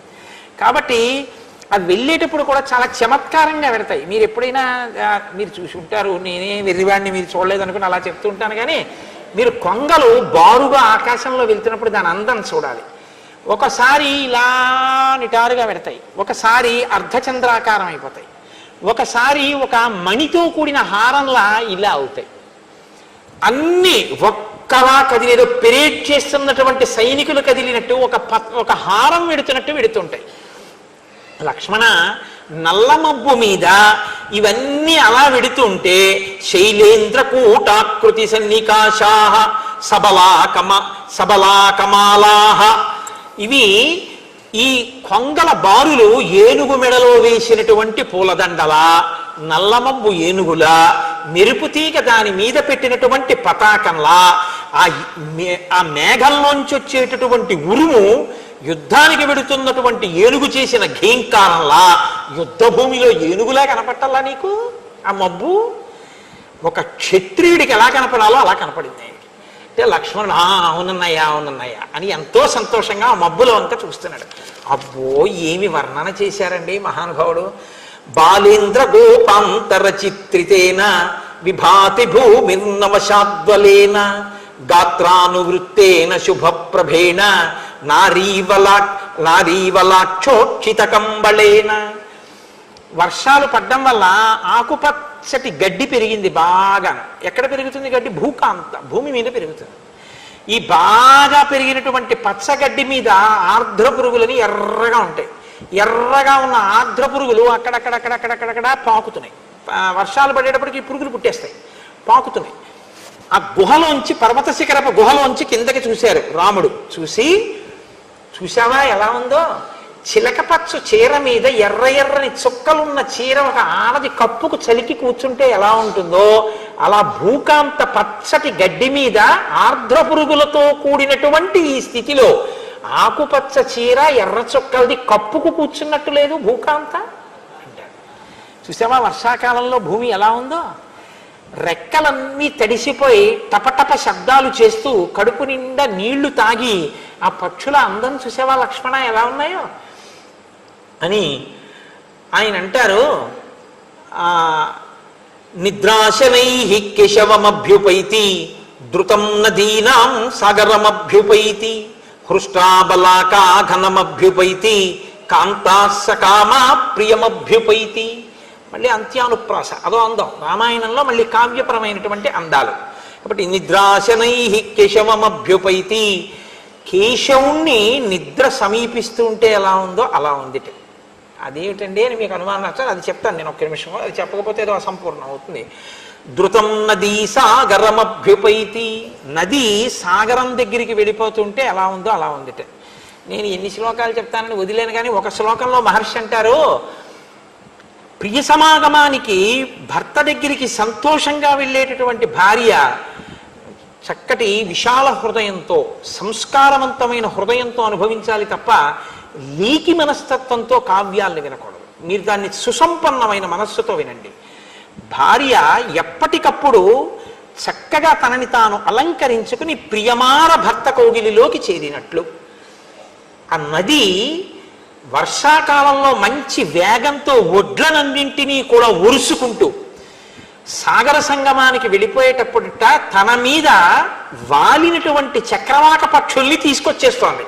ఇది ఎలా ఉందంటేట, భర్తకి కొత్త కొత్త బహుమానాలు పట్టుకుని భర్త కౌగిలిలోకి చేరిపోతున్నటువంటి కాంతలా ఉంది సముద్రంలో చేరుతున్న నది. మహర్షి వర్షాకాలపు నదిని వర్ణిస్తారు. అలాగే నిద్రాశనై కేశవమభ్యుపైతి ధృతం నదీ సాగరమభ్యుపైతి. నది సముద్రం వైపుకు వెళ్ళిపోతుంది, ఎందుకంటే బాగా వేగంగా వెళ్ళిపోతాయి ఆ కాలంలో. హృష్టాబలాకా ఘనమభ్యుపైతి, కొంగ మేఘం వైపుకి ఎగిరిపోతుంది. కాంతాసకామా ప్రియమభ్యుపైతి, కాంతలు వర్షం పడుతోంది కాబట్టి ఆ వాతావరణంలో సంతోషంగా తమ ప్రియుల యొక్క కౌగిళ్లలోకి చేరిపోతున్నారు. నిద్రాశనై కేశవమభ్యుపైతి. వర్షాకాలపు అందాన్ని మహర్షి వర్ణించారు అందులో. నిద్రాశనై కేశవమభ్యుపైతి అంటే మనకి శ్రావణ భాద్రపదాలు వర్షాకాలం. శ్రావణ మాసానికి కొద్దిగా ముందర ఆషాఢ మాసానికి చివర్లో శయన ఏకాదశి అని ఒకటి వస్తుంది. ఆ శయన ఏకాదశి శ్రీ మహావిష్ణువు శేషతల్పం మీద పడుకుంటారు, ఆయన నిద్రపోతున్నారండి అంటారు. మీరు ఒకటి ఆలోచించండి, ఈశ్వరుడు నిద్రపోతే సత్పురుషుల్ని కాపాడేవాడు ఎవడండి? ఇంకా ఆయన నిద్రపోతే ఆయన తమోగుణానికి లొంగిపోయినట్టే కదా. మరి ఇంక శయన ఏకాదశి విష్ణువు పడుకోవడం, విష్ణువు లేవడం అన్నది ఉంటే లోకంలో ఆయన కూడా మనలాగే అలసటకి వికారానికి లొంగిపోయినవాడే. అప్పుడు ఈశ్వరుడు ఎలా అవుతాడు? మరి శయన ఏకాదశి ఉద్ధాన ఏకాదశి ఎలా అయ్యాయి అంటే, శయన ఏకాదశి అన్నదాన్ని మీరు చాలా జాగ్రత్తగా గమనించాలి. ఆయన నిద్ర మన నిద్ర లాంటి తామసిక నిద్ర కాదు. ఆ నిద్ర ఏమిటో తెలుసా అండి? నిద్రాముద్రాం నిఖిల జగతి రక్షణే జాగరూకం. దక్షిణాయనం ప్రారంభమవుతుంది ఆషాఢమాసం. ఆషాఢమాసంలో దక్షిణాయనం ప్రారంభమైతే దక్షిణాయనం అంతా ఉపాసన కాలం. ఉపాసన పైన శరీరంతో లోపల మనస్సుతో ద్విగుణీకృతంగానూ చెయ్యాలి. ఆయన కన్నులు మూసుకుని మీ లోపలి మనస్సు ఎలా ఉపాసన చేస్తోందో బాగా చూస్తాట దక్షిణాయనంలో. అందుకని నిద్రపోయినట్టుగా నిద్రాముద్రాం నిఖిల జగతి రక్షణే జాగరూకం, ఇంకా బాగా గమనించడానికి కళ్ళు మూసుకుని పడుకోవడం, పైకి చూడడం కాదు, మీ లో మనసుల్ని చూడడానికి పడుకోవడం శయన ఏకాదశి. తప్ప ఆయన నిద్రపోయాడనకూడదు. శయన ఏకాదశి ఆయన ఇంకా బాగా చూస్తాడు కాబట్టి ఇప్పుడు నేను ఇంకా బాగా ఉపాసన చేయాలని మీరు అనుకోవాలి. కాబట్టి నిద్రాశనై కేశవమభ్యుపైతి. రాముడు అంటాడు లక్ష్మణుడితో, జాతావనాంతాః సికి సంప్రవృత్త జాతాః కదంబాః సకదంబ శాఖాః జాతా వృషా గోషు సమాన కామ జాతా మహీసస్య వనాభిరామ. లక్ష్మణ చూశావా, ఈ వర్షాలు పడుతుంటే నెమళ్ళు ఎక్కడ చూసినా పింఛాలు విప్పి నృత్యం చేస్తున్నాయి. కదంబ వృక్షాలు వర్షాలు పడితే సంతోషించి గుత్తులు గుత్తులు పూలు పూస్తాయి. ఆ పువ్వులన్నీ కిందకి వాలిపోయాయి, నేల రాలిపోయి. ఆవులకి ఎద్దులకి కూడా వర్షాలు పడితే సమాన కామం కలుగుతుంది. అలా ఆవుకి పురుషుడికి స్త్రీకి సమాన కామం ఉన్నప్పుడే ఉత్తమ సంతానం, అంటే గోజాతి యొక్క అభివృద్ధి. అలాగే భూమి ఎక్కడ చూసినా పైరు పంటలతో అందంగా విలసిల్లి ఉంది. వహంతి వర్షంతి నదంతి భాంతి ధ్యాయంతి నృత్యంతి సమాశ్వసంతి నద్యోఘనామత్త గజావనాంతాః ప్రియా విహీనాః సికిన ప్లవంగాః. ఏమి అనుప్రాసలు చూపించారో ఆయన శ్లోకంలో. నదులు పొంగి ప్రవహిస్తున్నాయి, మేఘాలు అలా వర్షిస్తున్నాయి, మదపుటేనుగులు ఘీంకరిస్తున్నాయి, వనములు ఎక్కడ చూసినా కలకలలాడుతున్నాయి. ఎడబాటుకు లోనైనటువంటి యువతీ యువకుల యొక్క మనస్సుల్లో మాత్రం ఖేదంగా ఉంది. ఎందుకంటే ఆషాఢమాసంలో అత్తవారింటికి వెళ్ళకూడదంటారుగా, కాబట్టి ఎడబాటు ఉంటుంది యువతీ యువకులకి. అందుకని ఆ ఎడబాటుకి వాళ్ళు చింతిస్తున్నారు. ఆషాఢమాసంలో అత్తవారింటికి వెళ్ళకూడదు అంటే ఎటువంటి అత్తవారింటికి వెళ్ళకూడదో తెలుసా అండి? అది వ్యవసాయ ప్రధానమైన కుటుంబం అయితే అటువంటి అత్తవారింటికి పిల్లలు పంపించకూడదు. ఎందుకో తెలుసా? ఆ పిల్లాడు కూడా వ్యవసాయం చేస్తుంటేనే. ఆషాఢమాసంలో వర్షం పడుతుంది, వర్షం ప్రారంభం అవుతుంది. ఎప్పుడు పడుతుందో తెలియదు. ఇంకా ఆషాఢమాసం చివరిలో వాన పడేటప్పటికి గబగబా రైతు నాగలి పట్టుకుని పరిగెత్తుకుంటూ వెళ్ళి భూమి దున్నడం మొదలెట్టాలి. మొదటి విత్తులు వేసుకోవాలి. వాన పడినప్పుడే విత్తు వేయాలి, వేస్తేనే పంట బాగా వస్తుంది. కొత్తగా పెళ్ళైన దంపతులు అనుకోండి, బయట వర్షం మొదలైతే వీళ్ళు మరింత సంతోషంగా లోపల ఉండిపోయారనుకోండి, ఇంటి యజమాని ఏం చేస్తాడు? వాడంటే లేవలేదు, నాకు తప్పదు కదా, నాగలి ఇలా అయ్యి భుజాన్ని వేసుకుని ఆయన ఎడతాడు పొలానికి. ఆయనేమో పెద్దవారు అయిపోతున్నారు, ఆయనేమో భుజాన్ని నాగలు వేసుకుని ఆయన వెళ్ళారు, వీడేమో అలా పడుకున్నాడు. అమ్మాయికైనా బుద్ధి ఉంటుందా? మీరు వెళ్ళండి, వర్షం వస్తుందని పంపించద్దా, చక్కగా పడుకుందని అత్తగారు కోప్పడుతుంది. అత్తగారికి కోడలకి భేదాభిప్రాయాలు వస్తాయని ఆషాఢ మాసంలో వాళ్ళిద్దరు కలకాలం కలిసి ఉండవలసిన వాళ్ళు కాబట్టి పుట్టింట్లో పెట్టుకుంటారు ఆడపిల్లని. తప్ప అల్లుడు సాఫ్ట్వేర్ ఇంజనీర్ చేస్తుంటే పంపించడానికి ఏం దోషం లేదు, తెలిసిందండి. కాబట్టి వహంతి వర్షంతి నదంతి భాంతి ఝాయంతి నృత్యంతి సమాశ్వసంతి నద్యోఘనామత్త గజావనాంతాః ప్రియా విహీనాః సికిన ప్లవంగాః అని అంగారచూర్ణోత్కర సన్నికాశైః ఫలైః సుపర్యాప్తరసైః సమృద్ధైః జంబూద్రుమాణాం ప్రవిభాంతి శాఖాః నిలీయమానా ఇవ షట్పదౌఘైః. బొగ్గులు తీసుకొచ్చి గుండ కొట్టేసి ఆ బొగ్గుల గుండలో కాసి నీళ్లు పోసి ఆ బొగ్గుల గుండలు చిన్న చిన్న ముద్దలు చేసి ఎవరో ప్రయత్నపూర్వకంగా పట్టుకెళ్ళి ఓ చెట్టెక్కి ఆ చెట్టు కొమ్మల చివరన ఆ బొగ్గుల గుండల ముద్దలన్నీ అలా గుత్తులు గుత్తులు గుత్తుల కింద పేర్చి అవి కింద పడిపోకుండా అలా ఎండిపోయేదాకా ఉండి కిందకి దిగి చూస్తే ఎలా ఉంటుందో అలా ఉన్నాయి ఇటు నేరేడు పళ్ళతో ఉన్న చెట్లు వానాకాలంలో. అయ్యో బాబోయ్, ఆ నేరేడు పళ్ళు నిజంగా బొగ్గు ముద్దల్లాగే ఉంటాయి కదండి. బొగ్గు గుండ ముద్దల్ని తీసుకెళ్లి అంగార చూర్ణైహి అంటారు మహర్షి. అలా ఉన్నాయి నేరేడు చెట్లన్నీ బాగా పండి ఆ నేరేడు పళ్ళ రసాల కోసం. నేరేడు పండు మంచి సువాసన కదండి, అందుకే నేరేడు చెట్లు ఎక్కువ కాబట్టి దీనికి జంబూద్వీపం అని పేరు. కాబట్టి ఆ నల్ల తుమ్మెదలన్నీ ఆ నల్లగా ఉన్నటువంటి నేరేడు పళ్ళ మీద తిరుగుతున్నాయి గుంపులు గుంపులుగానే.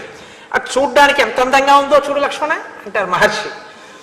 మనకి రామాయణం చదివితే వర్షాకాలం వస్తే ఓసారి ఎక్కడికైనా తొందరగా ఏదైనా ఓ అడవికో కొండ మీదకో వెళ్ళి మనం కూడా నిలబడి చూస్తే బాగుండు అనిపిస్తుంది. నేను మీకు ఒక యథార్థం చెప్తున్నానండి, రామాయణాన్ని మీరు బాగా చదివితే మీకు పరిశీలనాత్మకమైనటువంటి శక్తి పెరుగుతుంది తెలుసా అండి. మీరు అన్నిటినీ పట్టి పట్టి చూడడం మీకు అలవాటు అవుతుంది. అందులో ఉన్నటువంటి అందాన్ని ఆ సంతోషాన్ని మీరు జుర్రుకుంటారు, కానీ అది వికారంగానూ అసహ్యంగానూ ఉండదు. చక్కటి సుసంపన్నమైన హృదయంతో ప్రకృతిలో ఉన్నటువంటి అందాన్ని అందంగా అభినందించి పరాశక్తి కృపగా మీరు చూడడం మీకు అలవాటు. అంతేకాని రావణ దృష్టితో కాదు, పరాశక్తి కృపగా పరాశక్తి ప్రసాదంగా లోకాన్ని చూడడం మీకు అలవాటు అవుతుంది. కాబట్టి మార్గానుగ శైలవనానుసారి సంప్రస్థితో మే గర్వం నిశమ్య యుద్ధాభికామ ప్రతినాగశంకి మత్తో గజేంద్ర ప్రతిసన్నివృత్త. ఏమి ఊహ చేశారో ఆయన. యుద్ధానికి వెళ్ళడం కోసమని ఒక రాజుగారు ఒక ఏనుక్కి అంబారీ వేసి పెద్ద ముఖానికి ఒక పెద్ద చాందిని లాంటి ఆభరణాలు పెట్టి అన్నీ పెట్టి సిద్ధంగా పెట్టారట. ఇప్పుడు అవన్నీ చేసేటప్పటికి ఆ ఏనుక్కి ఎప్పుడెప్పుడు యుద్ధానికి వెళదామా అని సంతోషంగా ఉంది. వర్షం వస్తే యుద్ధానికి వెళ్ళరు. పెద్ద వర్షం వచ్చింది. వర్షం వచ్చి దూరంగా ఎక్కడో గర్జన వినపడింది, మేఘ గర్జన. ఈ ఏనుగుట అంబారి ఊగిపోయేటట్టుగా పరిగెత్తుకుంటూ తాను భీంకరిస్తూ వెళ్ళింది. అంటే ఎదుటి సైన్యంలో ఉన్నటువంటి యోధులకు సంబంధించిన ఏనుగు ఒకటి యుద్ధానికి వచ్చేస్తోంది, నేను వెళ్ళకపోతే ఎలాగా అని అది కూడా వెళ్ళిపోయింది. వెళ్ళిపోతే అది మేఘం గర్జించింది, ఏనుగు కాదు. కాబట్టి ఇది చాలా దూరం వెళ్ళి చూసిందిట, ఏనుగు కనపడలేదుట. ఓహో, నా చిత్తభ్రాంతి, యుద్ధం కోసం సిద్ధమై ఉన్నాను కదా, నా శత్రు సైన్యంలో ఏనుగు గర్జించినట్టు అనిపించి ఇంత గబగబా వెళ్ళిన ఏనుగు మెల్లగా తొండం ఊపుకుంటూ తిరిగి వస్తుందట. మేఘగర్జన విన్న యుద్ధపుటేనుగు అలా వెళ్ళి తిరిగి వచ్చేస్తోంది. లక్ష్మణ చూసావా దాని పౌరుషం అంటారు రామచంద్రమూర్తి. క్వచిత్ ప్రగీత ఇవ షట్పదౌఘై క్వచిత్ ప్రనృత్త ఇవ నీలకంఠై క్వచిత్ ప్రమత్త ఇవ వారణేంద్రై విభాంత్యనేకాశ్రయిణోవనాంతాః.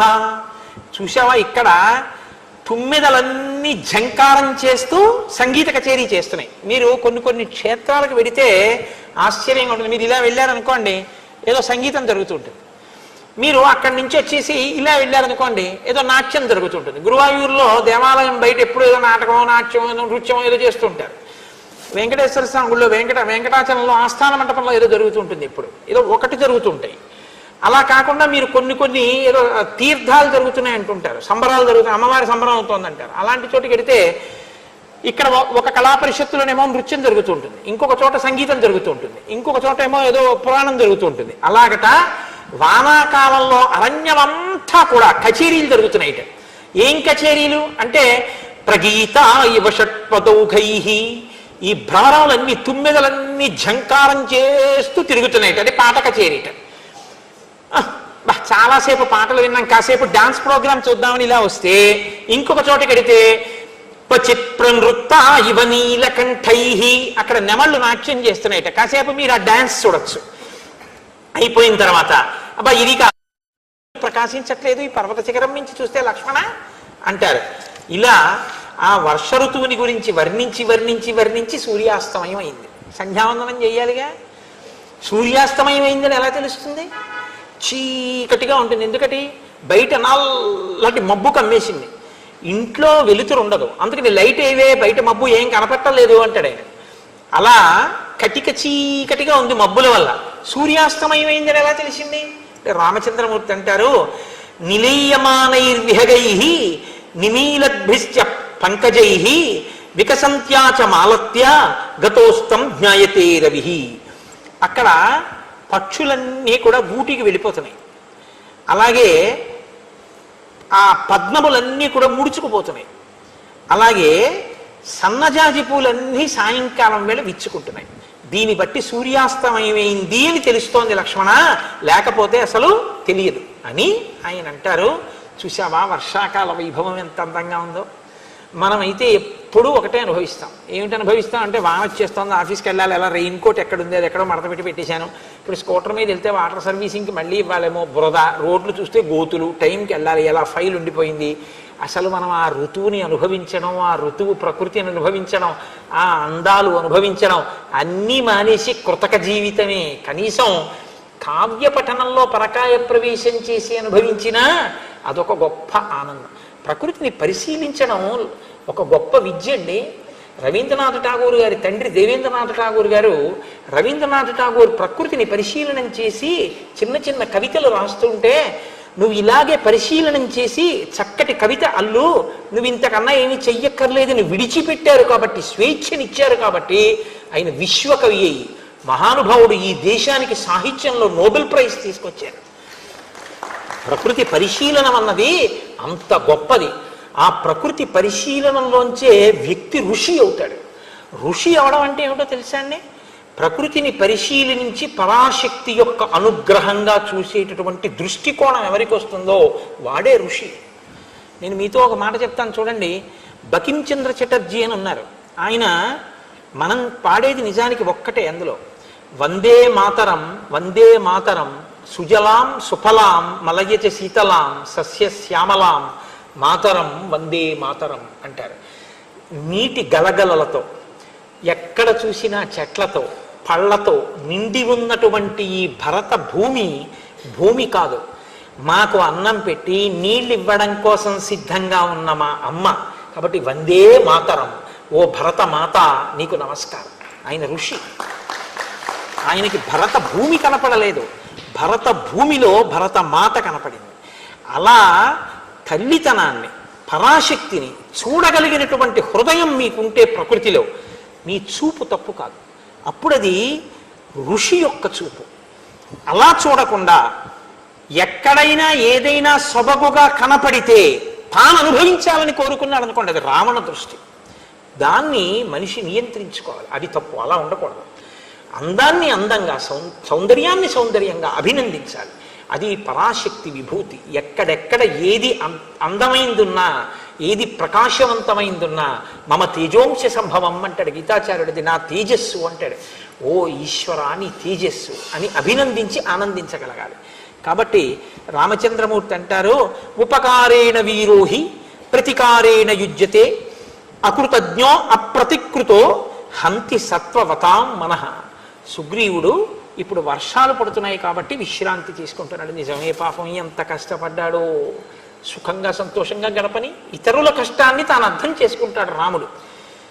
వర్షాకాలం అయిపోయిన తర్వాత కూడా ఇలాగే భోగాల్లో మునిగిపోయి ఉండిపోతే కృతజ్ఞత అన్నది మరిచిపోయిన వాడు అవుతాడు, కృతజ్ఞుడు అవుతాడు.